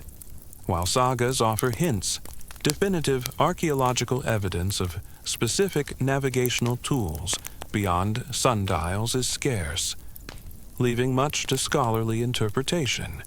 Was it a sophisticated science or a remarkable feat of intuitive seamanship? The answer likely lies in a blend of both, honed by generations of experience. The academic debate still rages on regarding the frequency and impact of longhouse fires. Historians still debate whether these fires were a common occurrence, a significant cause of death and destruction, or if the Vikings had developed effective methods to prevent and control them. While archaeological evidence of burned longhouses exists, pinpointing the exact cause of each fire is often challenging. Was it a constant threat that shaped their building practices, or a rare but devastating tragedy? The answer likely lies in a nuanced understanding of their construction techniques and daily habits. A unique and little-known detail is the use of sunstones, or Icelandic spar, which some theories suggest Vikings might have used to find the sun's position on overcast days, aiding navigation. You picture a navigator holding a translucent crystal up to the gray sky, rotating it until a faint glimmer of light appears, revealing the hidden sun. Imagine relying on such a delicate instrument, a piece of rock, to guide you across hundreds of miles of open ocean, your life depending on its subtle properties. This wasn't a magical compass. It was a clever application of natural physics, a testament to their ingenuity in harnessing the environment. It's enough to make you think they had their own ancient version of GPS, but with more crystals and less satellite imagery. A unique and little-known detail is the danger posed by the very tools used for daily life. You recall the axes from your childhood training. Axes, knives, and saws, essential for chopping wood, preparing food, or crafting, were ubiquitous and always within reach. You picture yourself splitting firewood, your hands calloused, your grip firm. Imagine a misjudged swing, a slip of the hand, or a dull blade glancing off wood, sending the sharp edge into your leg or foot. A deep cut, a severed tendon, or a crushed bone from a dropped axe could lead to immediate, profuse bleeding, followed by agonizing infection and a slow, painful death without modern medical intervention. It's enough to make you think twice about using that rusty old kitchen knife. Then there are the storms. You recall the biting winds. A sudden squall can whip up without warning, transforming the relatively calm sea into a raging maelstrom. You feel the longship bucking and plunging, waves crashing over the deck, threatening to swamp the vessel. Common historical fact tells us that many Viking ships and lives were lost to storms at sea. You grip the gunwale, your knuckles white, as the wind howls like a banshee, tearing at the sails, threatening to rip them to shreds. Imagine the sheer terror as the ship is tossed about like a toy, the masts groaning, the timbers creaking, knowing that one rogue wave could send you to the bottom. This isn't just discomfort. It's a desperate fight for survival against the overwhelming power of nature, where the ocean itself becomes a monstrous, indifferent foe. It makes you appreciate your sturdy roof, even when it's just raining. Even the simple act of walking within the longhouse held dangers.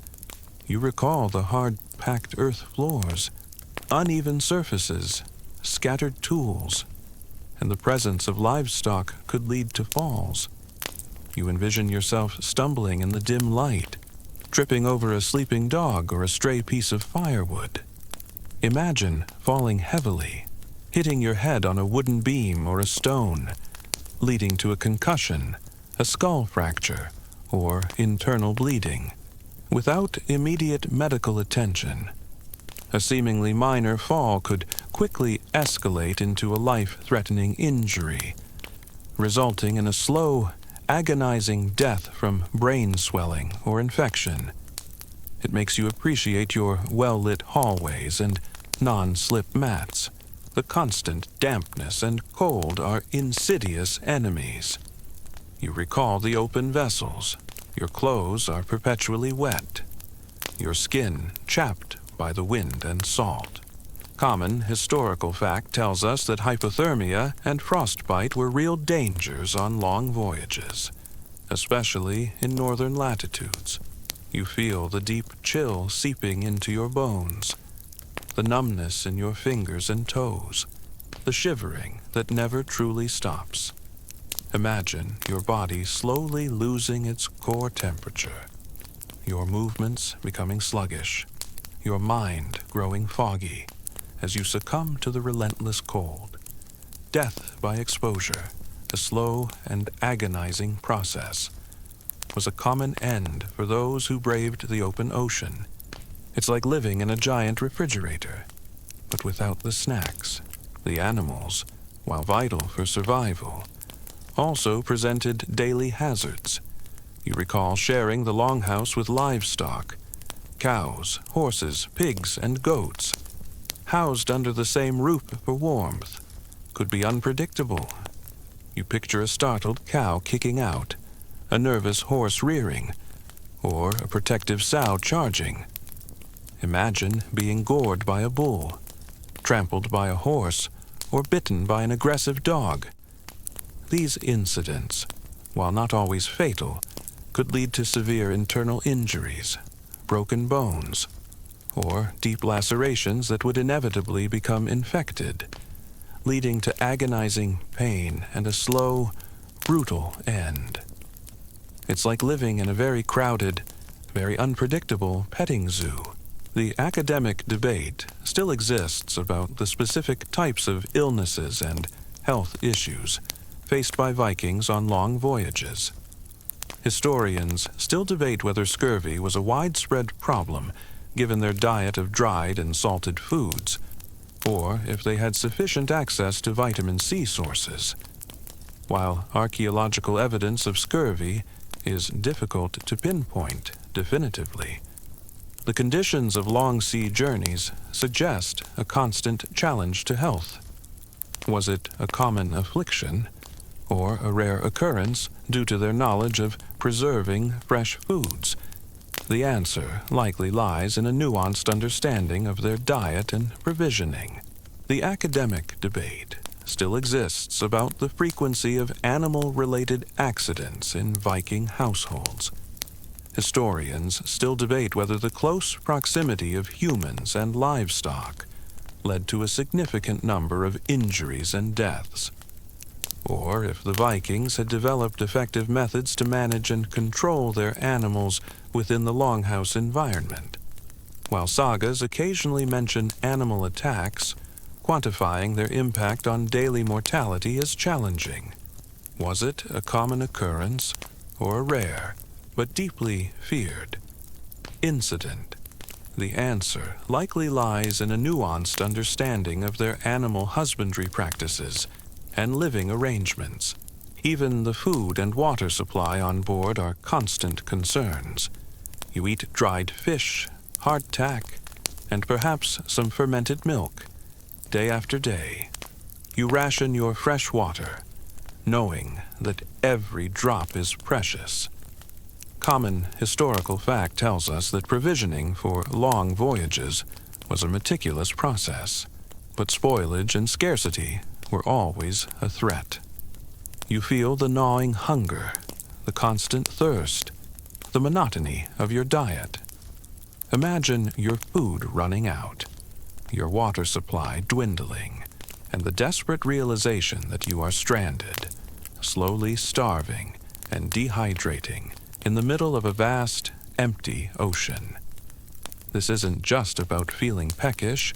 It's about the very real threat of a slow, agonizing death far from land. It makes you grateful for your unlimited access to clean drinking water. A unique and little-known detail is the danger posed by venomous snakes and spiders, even within the confines of a longhouse or its immediate vicinity, while less common in the coldest regions. Some areas of Scandinavia harbored adders, a type of viper, and various spiders whose bites could be painful and, in rare cases, fatal, particularly for children or the infirm. You picture yourself reaching into a dark corner for firewood, or stepping barefoot onto the earth floor and feeling a sudden, sharp sting. Imagine the rapid onset of swelling, nausea, or dizziness, and the terrifying realization that an unseen creature has injected venom into your body. Without antivenom, a severe bite could lead to a slow, agonizing death. It's enough to make you shake out your shoes before putting them on.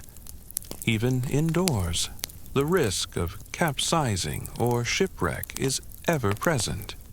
You recall the storms. A sudden gust of wind, a hidden reef, or a collision with floating debris could send your longship to the bottom in an instant. You picture the chaos of a sudden impact, the splintering wood, the desperate scramble to stay afloat. Imagine being plunged into the icy depths, the cold shock stealing your breath, the desperate struggle to swim in heavy clothing, knowing that your chances of survival are slim. Drowning, a swift and terrifying end, was the fate of many Viking warriors who dared to challenge the sea. It's like a very dangerous game of sink or swim, but with much higher stakes. Even the process of food preparation, while essential, carried its own risks. You recall the bark bread. Grinding grain with quernstones hand mills was a laborious process, often causing repetitive strain injuries to hands and wrists. The coarse grit from the stones mixed with the flour would also contribute to severe tooth wear, leading to painful abscesses and infections, which, as you recall, could be fatal. You feel the constant ache in your joints, the dull pain in your teeth, knowing that the very act of preparing food was slowly damaging your body. Imagine a tooth infection spreading to your jaw, causing excruciating pain and a slow, agonizing death. This wasn't a sudden, dramatic end, but a gradual, brutal decline caused by the necessities of daily life. It makes you appreciate your electric coffee grinder. A unique and little-known detail is the psychological toll of being lost at sea. You gaze at the endless horizon, day after day, with no land in sight, and the growing fear that you have drifted off course, that your navigators have failed, that you are truly lost. Imagine the creeping despair, the sense of utter helplessness as hope slowly dwindles, replaced by the terrifying realization that your fate is sealed. This isn't just about physical survival, it's about the mental fortitude required to face the terrifying prospect of a slow, inevitable death in the vast, indifferent ocean. It's enough to make you think they had their own ancient version of existential dread. The constant dampness and poor ventilation within the longhouse, especially during winter, contributed to chronic illnesses. You recall the longhouse interiors, the buildup of moisture from breath, cooking, and animals, combined with limited airflow, created an ideal environment for mold and mildew. You breathe in the stale, damp air, feeling the constant irritation in your lungs. Imagine developing chronic coughs, persistent fevers, and debilitating respiratory problems that slowly weakened your body and made you vulnerable to more acute infections.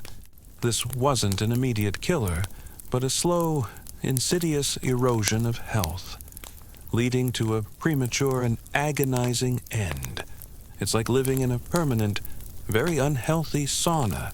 The academic debate still exists about the psychological resilience of Viking sailors.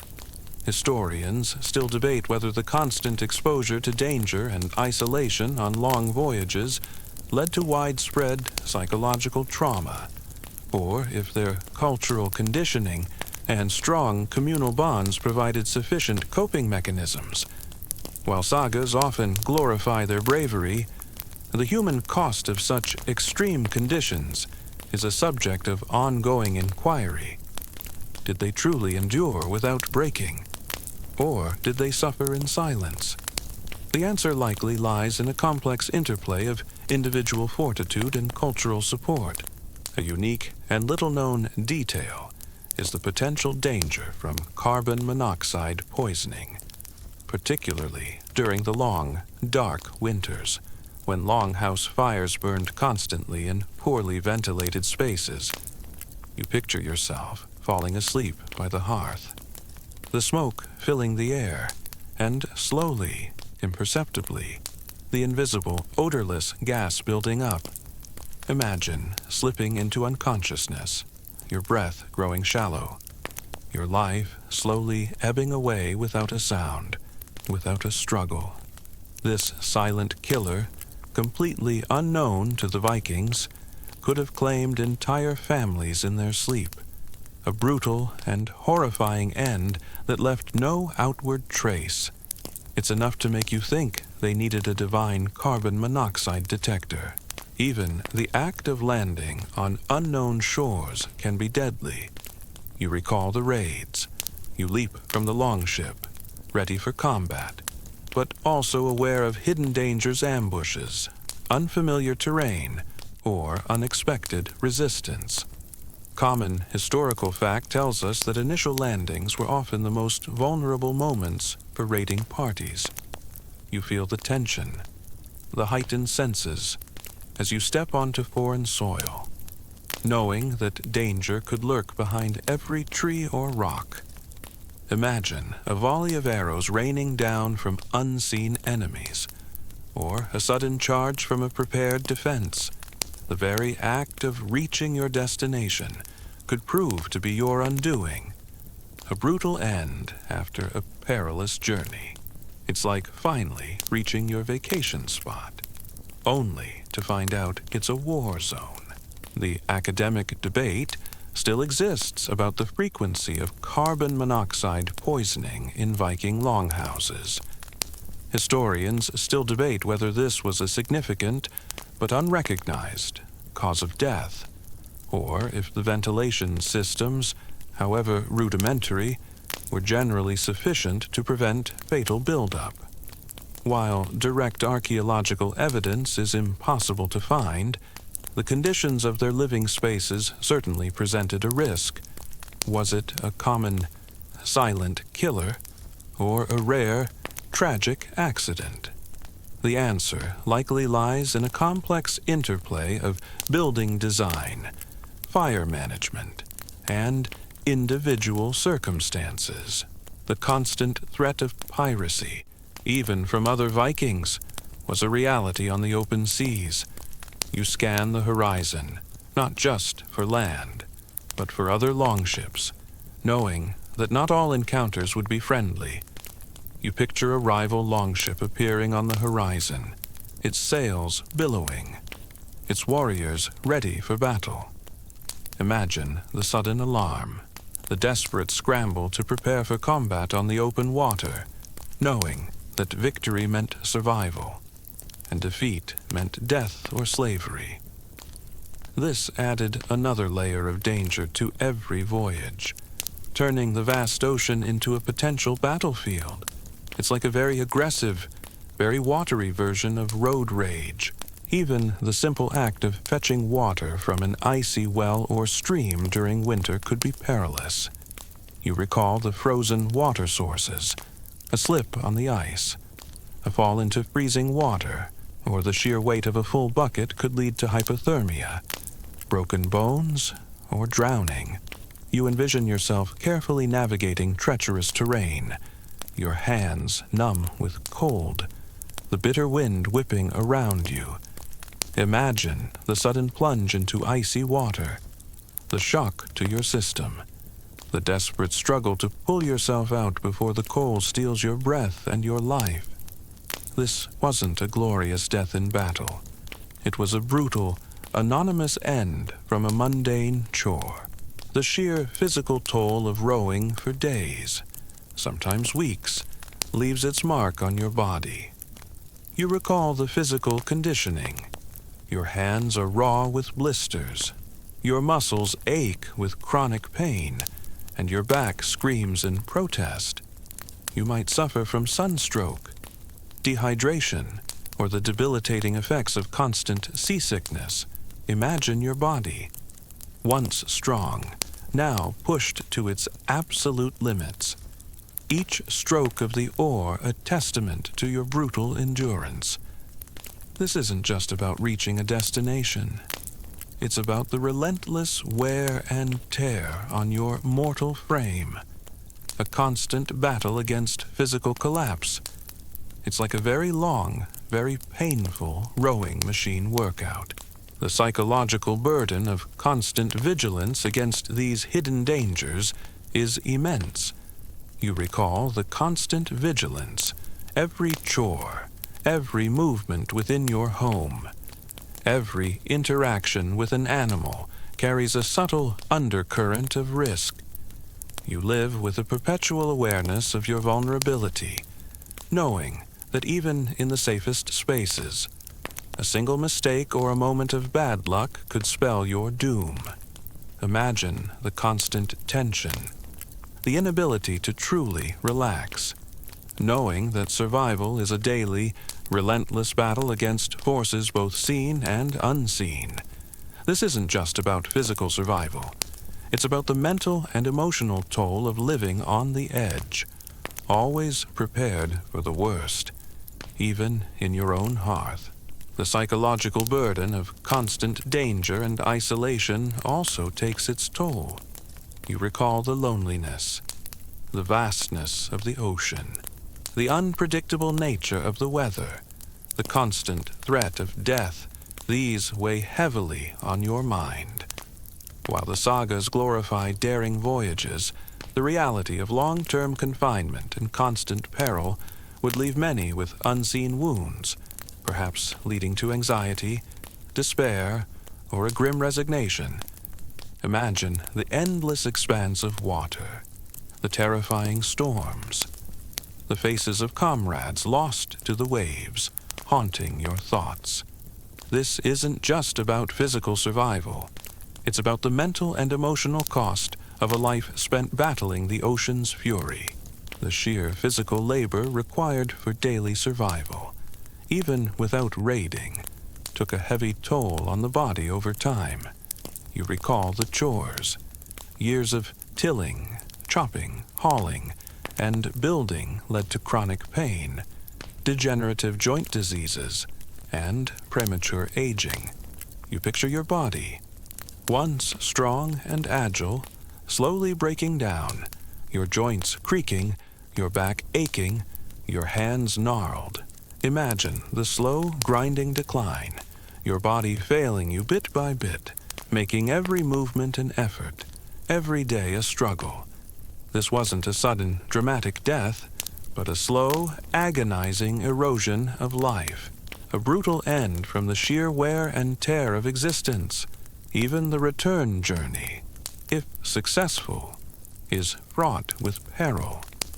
You recall the longships. You might be laden with plunder, making your ship heavier and slower, a tempting target for other raiders. The weather could turn, or supplies could dwindle. You envision your longship, battered but victorious, making its way home, but still vulnerable to the same dangers that plagued your outward journey. Imagine the relief of seeing your homeland on the horizon, mixed with the constant vigilance, knowing that the journey isn't truly over until your feet are firmly on solid ground. This final leg of the voyage is a testament to the enduring risks of a life lived on the treacherous seas. The academic debate still exists about the average lifespan and causes of death for common Vikings. Historians still debate whether the skeletal evidence of widespread degenerative diseases indicates a universally short and painful life, or if those who survived childhood and early adulthood could expect a relatively longer, albeit still arduous, existence. While sagas focus on warriors, the reality for the majority of the population involved constant physical labor and the associated health challenges. Was it a life of chronic pain, or a more varied experience depending on one's role in society? The answer likely lies in a nuanced understanding of their daily lives and environmental stressors. As you reflect on the perilous voyages across treacherous, unforgiving seas, you realize that the romanticized image of the daring Viking explorer often hides a far more brutal and agonizing truth. Their lives were a constant dance with death, where every wave was a gamble, every storm a potential death sentence, and every successful landing a miracle. It's a powerful reminder that while the sagas sing of glory and distant shores, the reality of the ocean's fury was often a grim, painful, and very final end. Even the simple act of sleeping could be dangerous. You recall the crowded longhouses, the close proximity of many bodies, the presence of animals, and the open fire created risks. A fire could flare up, an animal could stampede in the night, or a sick person could easily transmit disease. Imagine falling asleep, hoping for rest, only to be awakened by the terrifying realization of fire, an animal attack, or the onset of a sudden, debilitating illness. This lack of true safety, even in slumber, highlighted the pervasive brutality of their daily lives. You've just survived the ocean's fury, the storms, the cold, and the constant threat of a watery grave, a testament to your brutal endurance. Now, as your warrior's journey continues, prepare to confront an adversary that often followed closely on the heels of battle and perilous voyages, the agonizing reality of wounds, and the crude, often terrifying, limitations of ancient medicine. The air no longer carries the sharp scent of salt, but the coppery smell of fresh blood, the pungent odor of herbs, and the sickening sweetness of infection. You find yourself in a dimly lit longhouse, or perhaps a makeshift camp after a raid, witnessing the desperate struggle against injury, where pain was a constant companion, and healing was a gamble against unseen enemies within your own body. This is a world where a simple cut could become a death sentence, and a broken bone, a lifetime of agony. As you reflect on the surprising perils of domestic life and daily chores, you realize that the romanticized image of the daring Viking warrior often hides a far more brutal and agonizing truth. Their lives were a constant battle against hidden dangers, against the insidious threats of their own homes and tools, and against the relentless wear and tear of a harsh existence. Every day brought new risks, every chore a potential hazard, and every moment of peace was fragile. It's a powerful reminder that while the sagas sing of glory and conquest, the reality of the Viking hearth was often a grim, agonizing, and very final end, far from the battlefield. in the quiet brutality of everyday life. Consider the immediate aftermath of combat. You recall the shield wall and the bloody axe's edge. You've taken a blow, perhaps a deep gash to your leg from an enemy's sword, or a crushing impact to your arm from a blunt weapon. Common historical fact tells us that Viking warriors, despite their ferocity, sustained horrific injuries in battle. You feel the searing pain, the immediate shock, and the warm gush of blood soaking your tunic. Imagine the chaos around you, the shouts of victory or the cries of retreat, as you try to staunch the flow, your mind reeling from the impact. There's no paramedic rushing to your side, no sterile bandages, only the rough hands of a comrade or a family member trying their best with what little they have. It makes you appreciate your local urgent care center, even if they always make you fill out too many forms. You've just endured the relentless siege of winter, battling cold, famine, and disease, a testament to your brutal fortitude. Now, as your warrior's journey reaches its inevitable conclusion, prepare to confront the ultimate reality, the brutal truth of death in the Viking Age, and the often stark contrast between the glorious ideal of a warrior's end and its grim, painful reality. The air no longer carries the familiar murmur of domestic life or the subtle threats of the hearth, but the solemn quiet of a burial mound, or the chilling silence of a battlefield after the fighting has ceased. You find yourself contemplating not just the moment of passing, but the profound cultural significance placed on a warrior's death, and how often reality fell far short of the heroic sagas. This is a world where Valhalla beckoned, but the path to it was rarely as clean or as glorious as the myths proclaimed. The first step in treating a wound is often the most brutal, cleaning it. You envision a rough cloth, perhaps dipped in stale water, or even urine believed by some ancient cultures to have antiseptic properties, though often doing more harm than good, being pressed against your open wound. Common historical fact tells us that the concept of germ theory was millennia away, and hygiene was rudimentary.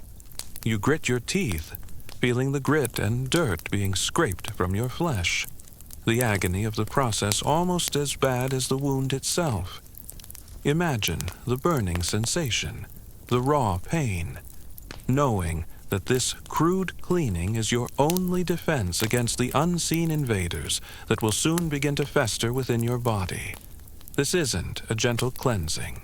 It's a brutal, necessary torment, a prelude to the long, uncertain road to recovery.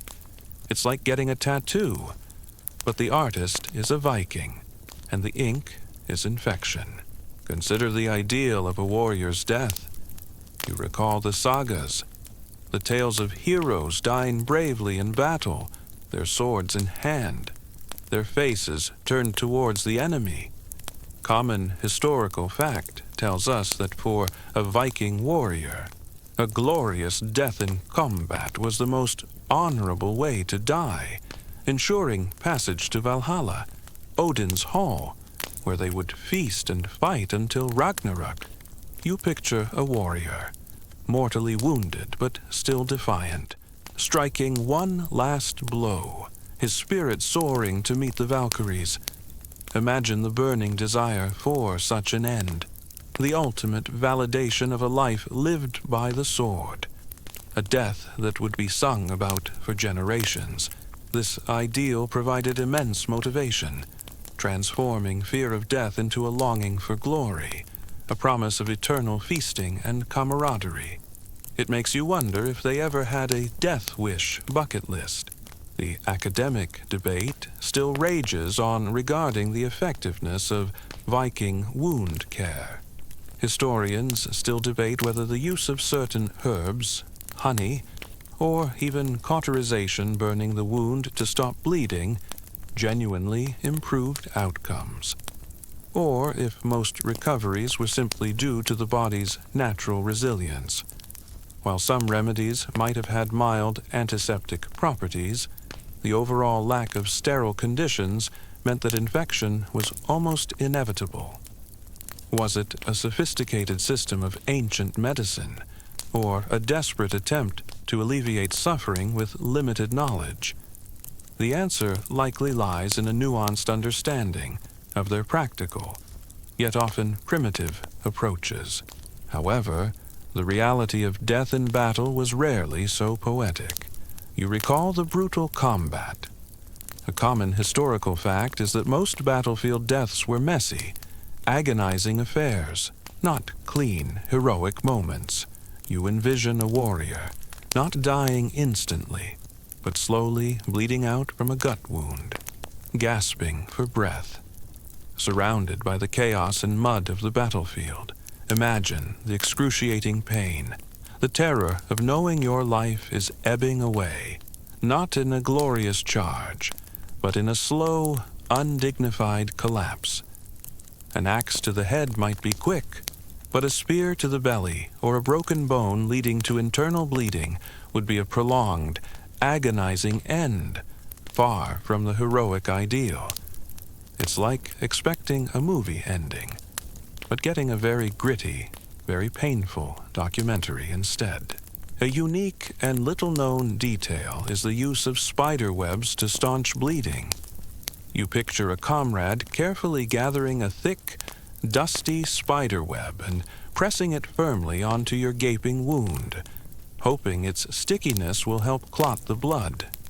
Imagine the strange sensation, the rough texture against your raw flesh, and the desperate hope that this unconventional remedy will prevent you from bleeding out. While spider webs do contain some natural clotting agents and a degree of antiseptic properties from the spider's own secretions, they also carry dirt and bacteria, making infection a very real risk. It's enough to make you think they had their own ancient version of a DIY first aid kit, but with more arachnids. The academic debate still rages on regarding the precise causes of death in Viking battles.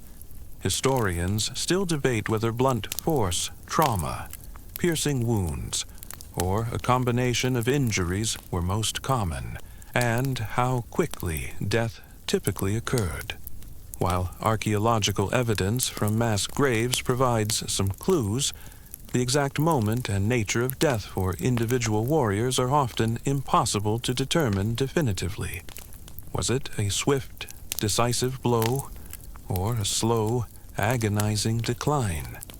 The answer likely lies in the varied brutality of ancient warfare, where many different paths led to the same grim end. Then there's the constant, gnawing threat of infection. You recall the unsterile conditions. Days after the initial injury, you feel a throbbing pain. A fever begins to set in, and the wound swells, turning red and angry, oozing pus. Common historical fact tells us that infection was the leading cause of death from injuries in the pre-antibiotic era. You feel the chills racking your body, the delirium setting in, your strength draining away as your immune system fights a losing battle against unseen bacteria. Imagine the agony of gangrene, the putrid smell of decaying flesh, the slow, relentless march of the infection as it consumes your limb, threatening to spread throughout your body. This isn't just pain. It's a terrifying, agonizing descent into a slow, inevitable death. It makes you appreciate every single antibiotic you've ever taken. A unique and little-known detail is the prevalence of death from infection after battle. You recall the crude medicine. Many warriors who survived the initial combat, perhaps even making it back to the longship, would succumb days or weeks later to infected wounds. You picture a warrior, his arm bandaged, his body racked with fever, his wound oozing pus. Imagine the desperate hope for recovery, only for the unseen enemy within, bacteria, to slowly consume him, leading to delirium, organ failure, and an agonizing, drawn-out death. This wasn't a glorious death in battle. It was a slow, painful fading away, far from the heroic ideal of Valhalla. It's enough to make you think they needed a divine supply of antibiotics. Broken bones are another brutal reality. You recall the impacts of combat, a crushing blow from a mace, a fall from a horse, or a misstep on icy ground could shatter a limb. Common historical fact tells us that Viking healers would attempt to set broken bones, often using splints made from wood or bark, bound with leather or linen. You feel the excruciating pain as your limb is manipulated, the rough edges of the splint digging into your skin.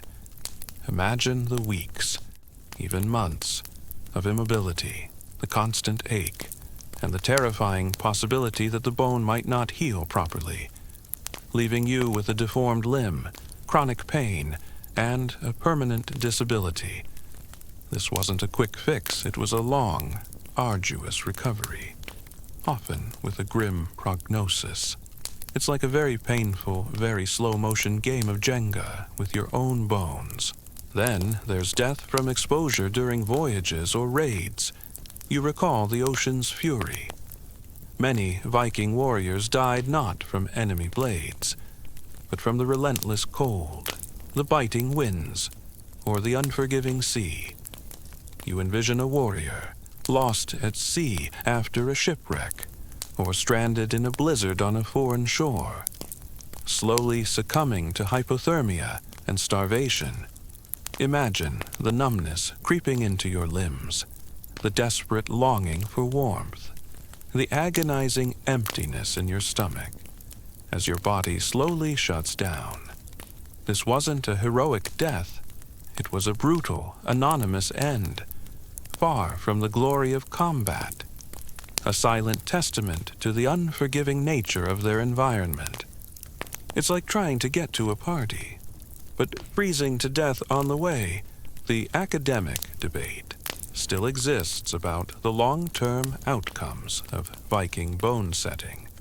Historians still debate whether the high rates of healed but deformed fractures found in skeletal remains indicate a high survival rate with poor functional outcomes, or if many individuals simply succumb to complications before the bone could fully heal. While they clearly knew how to set a bone, the lack of follow-up care and sterile conditions meant that even a successfully set bone could lead to a lifetime of suffering or eventual death from related issues. Was it a triumph of ancient orthopedics, or a testament to human resilience despite limited medical knowledge? The answer likely lies in the grim reality of their circumstances. Consider the deaths from disease, a pervasive threat that claimed more lives than any battle. You recall the longhouse conditions and the brutal winters. Common historical fact tells us that infectious diseases like dysentery, tuberculosis, and smallpox ravaged Viking communities, often indiscriminately. You picture a warrior, strong and formidable in battle, now weakened by fever, coughing uncontrollably, his body wasting away. Imagine the helplessness, the indignity of dying from an invisible enemy, far from the glory of the battlefield, surrounded by your grieving family, not your comrades in arms. This wasn't a glorious death. It was a slow, often agonizing, and profoundly unheroic end. A stark reminder that even the mightiest warrior was vulnerable to microscopic foes. It makes you wonder if they ever just wished for a quick death by axe instead. A unique and little-known detail is the evidence of trepanation drilling holes in the skull, in some Viking Age skulls, suggesting attempts to relieve pressure from head injuries or treat neurological conditions. You run your hand over a skull with a perfectly circular hole, imagining the crude instruments, the agonizing pain, and the terrifying risk involved. Imagine the desperate hope that this extreme procedure would save your life, only for infection or brain damage to claim you anyway. This wasn't a common procedure, and its success rate was likely very low, but its very existence speaks to their attempts to tackle severe head trauma. It's enough to make you think they had their own ancient version of brain surgery, but without the fancy lights and sterile gowns. The academic debate still exists about the overall impact of disease on Viking warrior mortality. Historians still debate whether the sagas, which focus on battle deaths, underrepresent the true toll of disease on the warrior class. While a warrior's death in combat was glorified, the reality was that many likely succumbed to illness, a less honorable end by their own cultural standards. Was disease a minor factor, or a silent, pervasive killer that shaped their demographics more than any battle? The answer likely lies in a complex interplay of environmental factors and cultural narratives. Even dental problems, while seemingly minor, could lead to agonizing deaths. You recall the coarse diet, severe tooth decay, abscesses, and gum infections were rampant, often exacerbated by a diet heavy in coarse grains and lacking in proper hygiene. You feel the throbbing pain of an infected tooth, the swelling in your jaw, the difficulty eating. Imagine the infection spreading to your face, your throat, or even your brain, causing excruciating pain, fever, and a slow, agonizing death from sepsis or brain inflammation. Without modern dentistry, a simple toothache could become a terrifying, fatal ordeal. It makes you appreciate your toothbrush, even if you sometimes forget to floss. A unique and little-known detail is the concept of straw death, dying of old age or illness in one's bed, which was considered a less honorable end for a warrior. You run your hand over a depiction of an elderly man, frail and weak, confined to his bed. Imagine a warrior, once feared and respected, now reduced to a shadow of his former self, his body failing him, his mind perhaps still sharp, but unable to wield an axe. This wasn't the glorious death they aspired to. It was a quiet, often agonizing, and profoundly undignified end, a stark contrast to the heroic tales of Valhalla. It's enough to make you think they had their own ancient version of a midlife crisis. But it was more about how they were going to die. The psychological toll of constant pain and suffering is immense. You recall the physical conditioning. You are taught to endure pain. But the relentless ache of an infected wound, the throbbing of a broken bone, or the constant discomfort of chronic illness wears you down. Imagine the sleepless nights, the constant distraction, the inability to focus on anything but your own agony. This isn't just about physical survival. It's about the mental fortitude required to live with unrelenting pain, knowing that relief might never come. It's like a very long, very painful meditation session. But you can't actually meditate. Then there were the deaths from accidents, the mundane perils of daily life. You recall the tools and the longhouse hazards, a misjudged swing of an axe, a fall from a horse, a collapsing structure, or a drowning in a well. These were not glorious deaths, but sudden, often senseless, ends. You envision a warrior, not in battle, but performing a simple chore, only for a moment of inattention or bad luck to claim his life. Imagine the shock, the sudden pain, and the terrifying realization that your life is ending, not with a roar of triumph, but with a whimper of accidental misfortune. This wasn't a death that earned you a place in Valhalla. It was a grim, often anonymous, end that highlighted the pervasive brutality of everyday existence. It's like tripping on your way to the grocery store and getting hit by a bus. A unique and little-known detail is the use of healing stones or amulets, believed to possess magical properties to aid recovery. You picture a small, smooth stone, perhaps with a carved symbol, being placed on your wound or held in your hand, while prayers are whispered to the gods. Imagine the comfort this might bring, the psychological boost of believing in a supernatural aid to your recovery. While their efficacy was psychological rather than medical, these practices highlight the blend of belief and desperate hope in their approach to healing.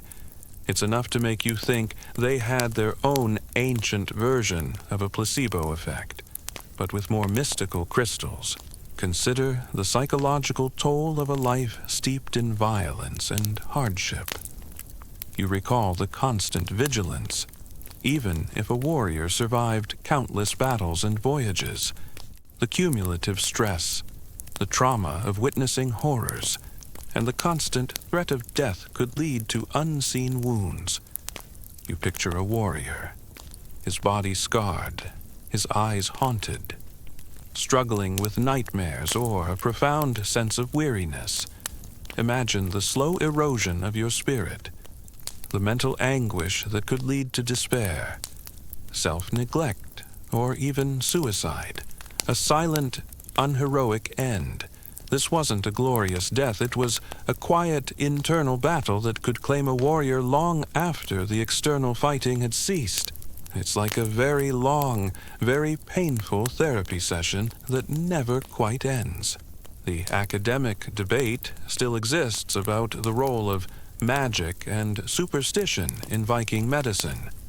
Historians still debate whether magical practices were seen as genuinely curative, or if they served more as psychological support and a way to explain the inexplicable when empirical remedies failed. Was the spell as important as the poultice, or was it a comforting ritual layered over practical skill? The answer likely lies in a complex interplay, where both approaches were seen as necessary components of healing in a world without scientific understanding.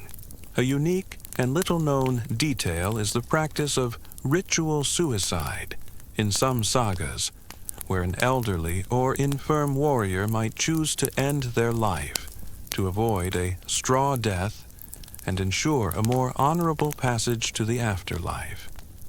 You hear whispers of an old jarl, no longer able to fight, choosing to throw himself from a cliff or be ritually killed by a loyal follower, ensuring he died with honor. Imagine the profound decision, the ultimate act of control over one's own destiny, choosing a swift, deliberate end over a slow, undignified decline. While rare and debated, it speaks to the intense cultural pressure to die honorably. It's enough to make you think they had their own ancient version of euthanasia, but with more emphasis on glory. Even the process of childbirth, while not a wound of battle, was a perilous journey for Viking women, often leading to agonizing deaths. You recall the daily grind. Without modern obstetrics, complications like hemorrhage, infection, or prolonged labor were often fatal for both mother and child. You envision a woman in labor, her cries echoing through the longhouse, the desperate efforts of midwives, and the tragic outcome for many. Imagine the immense pain, the exhaustion, and the terrifying realization that bringing new life into the world could cost you your own. This was a brutal reality that touched every family, a silent but pervasive cause of death. The academic debate still exists about the historical reality of ritual suicide among Vikings. Historians still debate whether these accounts in the sagas reflect actual practices, or if they are literary embellishments designed to emphasize the Viking ideal of an honorable death. While the concept aligns with their values, definitive archaeological evidence is scarce, making it a subject of ongoing scholarly discussion. Was it a common practice or a rare symbolic act? The answer likely lies in a complex interplay of cultural ideals and personal choices. The very act of living in a harsh environment, constantly exposed to the elements, meant that even minor illnesses could escalate rapidly. You recall the cold and dampness. A common cold could turn into pneumonia, a minor cut into a raging infection. Your body, constantly battling the cold and often lacking proper nutrition, was more vulnerable. Imagine a simple cough worsening, your breath becoming shallow, your body growing weaker, knowing that you lack the means to fight off the unseen enemy within. This constant vulnerability meant that even seemingly benign ailments could lead to a slow, agonizing demise. Even the process of burial, while often elaborate for important warriors, was a grim reminder of their finality. You recall the burial mounds. You envision a longship burial, the warrior laid to rest with his weapons and grave goods, the ship set ablaze or buried under a mound.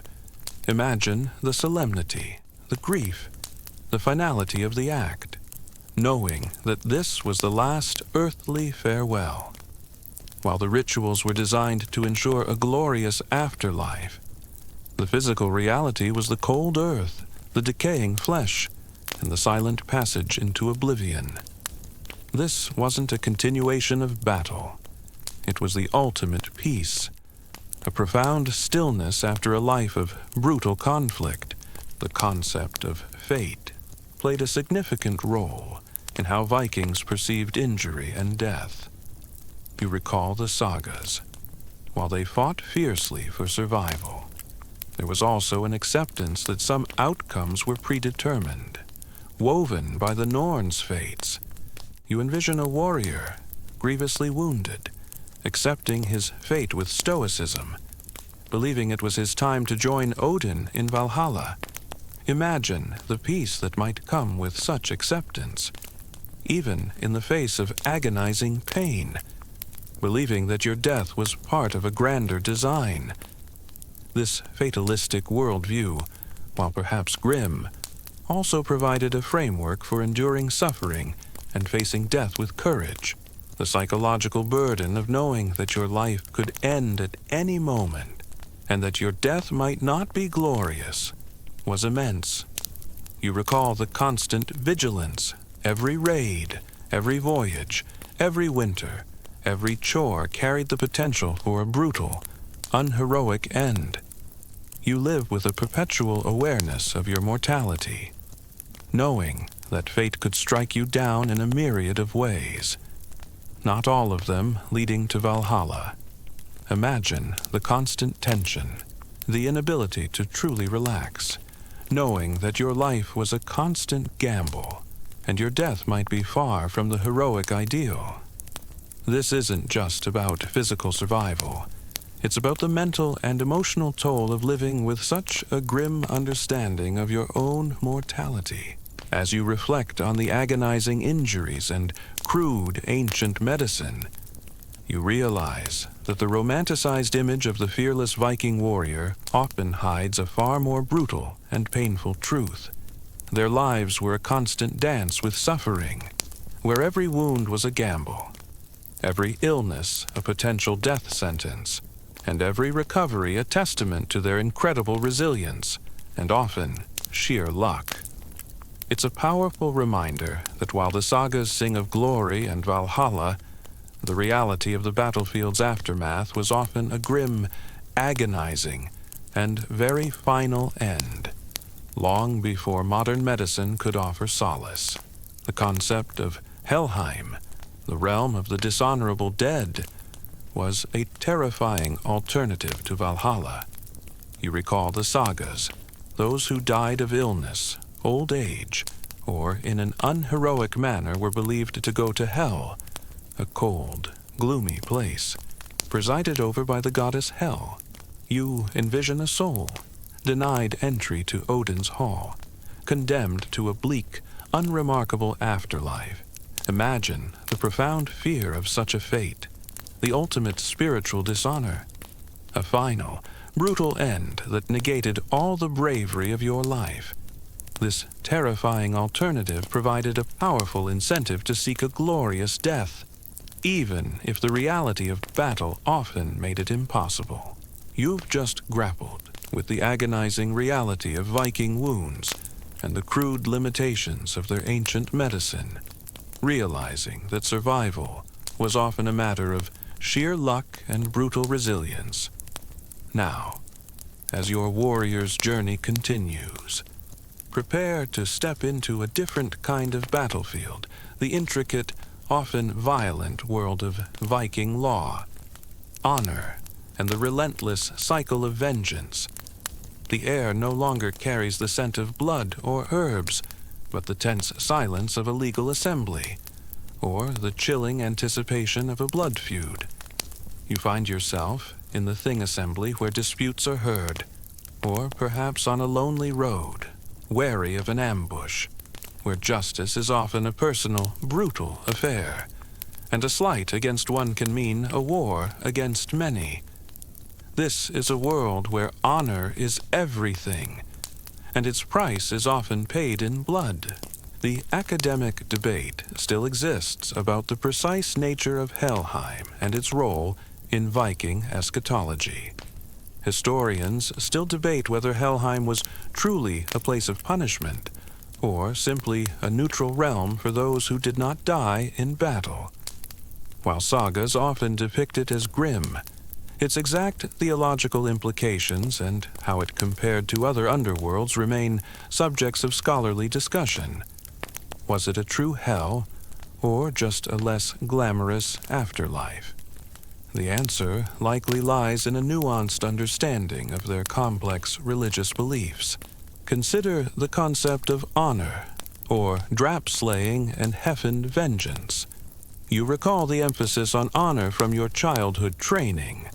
Common historical fact tells us that honor was paramount in Viking society, shaping every aspect of life from personal interactions to warfare. You picture a Viking warrior, his chest puffed out with pride, his reputation his most valuable possession. Imagine a perceived insult, a slight against your family, or a theft of your property. This wasn't just a minor annoyance. It was an attack on your honor, a stain that demanded immediate and often violent redress. The pursuit of honor could drive men to incredible feats of bravery, but also to acts of shocking brutality, ensuring that the cycle of violence was rarely broken. It makes you realize that your online reputation management is a walk in the park compared to this. Even the very act of storytelling and composing sagas, while glorifying heroic deaths, also served to process the grim realities of their lives. You recall the Skalds. By crafting narratives of bravery and honor, they provided a cultural framework for understanding and accepting the brutal realities of death, even when it was far from glorious. You picture a Skald, weaving tales of heroes, transforming mundane suffering into epic struggles, providing solace and meaning in a harsh world. Imagine the power of such stories, shaping your understanding of life and death, making sense of the senseless. The Thing, the Viking assembly, was where justice was theoretically dispensed. You envision a gathering of free men, chieftains and law speakers meeting in an open field, often marked by sacred stones. Common historical fact tells us that the thing was a place for making laws, settling disputes, and passing judgments. You hear the passionate arguments, the accusations, the counter-accusations, as men present their cases. Imagine a heated debate over a stolen cow or a perceived slight, knowing that the outcome could mean a hefty fine, outlawry, or even a blood feud. While it was a legal forum, it was also a place where tensions simmered, and personal grievances often overshadowed legal niceties. It's like a town hall meeting, but with more axes present. As you reflect on the ideal of a warrior's death versus its brutal reality, you realize that the romanticized image of the fearless Viking warrior often hides a far more complex and agonizing truth. Their lives were a constant dance with death, where the promise of Valhalla was a powerful motivator. But the reality of their demise was often grim, painful, and far from glorious. It's a powerful reminder that while the sagas sing of eternal feasts and heroic battles, the true end of a Viking warrior was often found not in a blaze of glory, but in the quiet agony of infection, the cold embrace of the sea, or the slow, undignified decline of old age. You have completed your journey through the brutal lives of Viking warriors, from harsh childhoods to bloody battles, from dangerous sea voyages to painful deaths from disease and accidents, and finally, the contrast between the glorious deaths of legend and the harsh reality. Now, as the lights dim and the whispers of history quieten, let your mind drift into silence. Imagine the Vikings finding their eternal peace, no longer haunted by the horrors of mortal life or the endless battles. All pain, all fear, all mystery fade into the night. Let these stories gently lull you into a deep sleep, where your dreams will no longer be disturbed by the ghosts of the past. The academic debate still rages on regarding the true effectiveness of the thing in preventing violence. Historians still debate whether the thing primarily served as a genuine legal system to resolve disputes peacefully, or if it was more a forum for legitimizing existing power structures and managing, rather than truly preventing, the cycle of vengeance. While laws were made and judgments rendered, the ultimate enforcement often relied on the parties involved, leading to continued feuds. Was it a true court of law, or a stage for ongoing conflict? The answer likely lies in a nuanced understanding of their legal culture, where formal justice and personal retribution coexisted.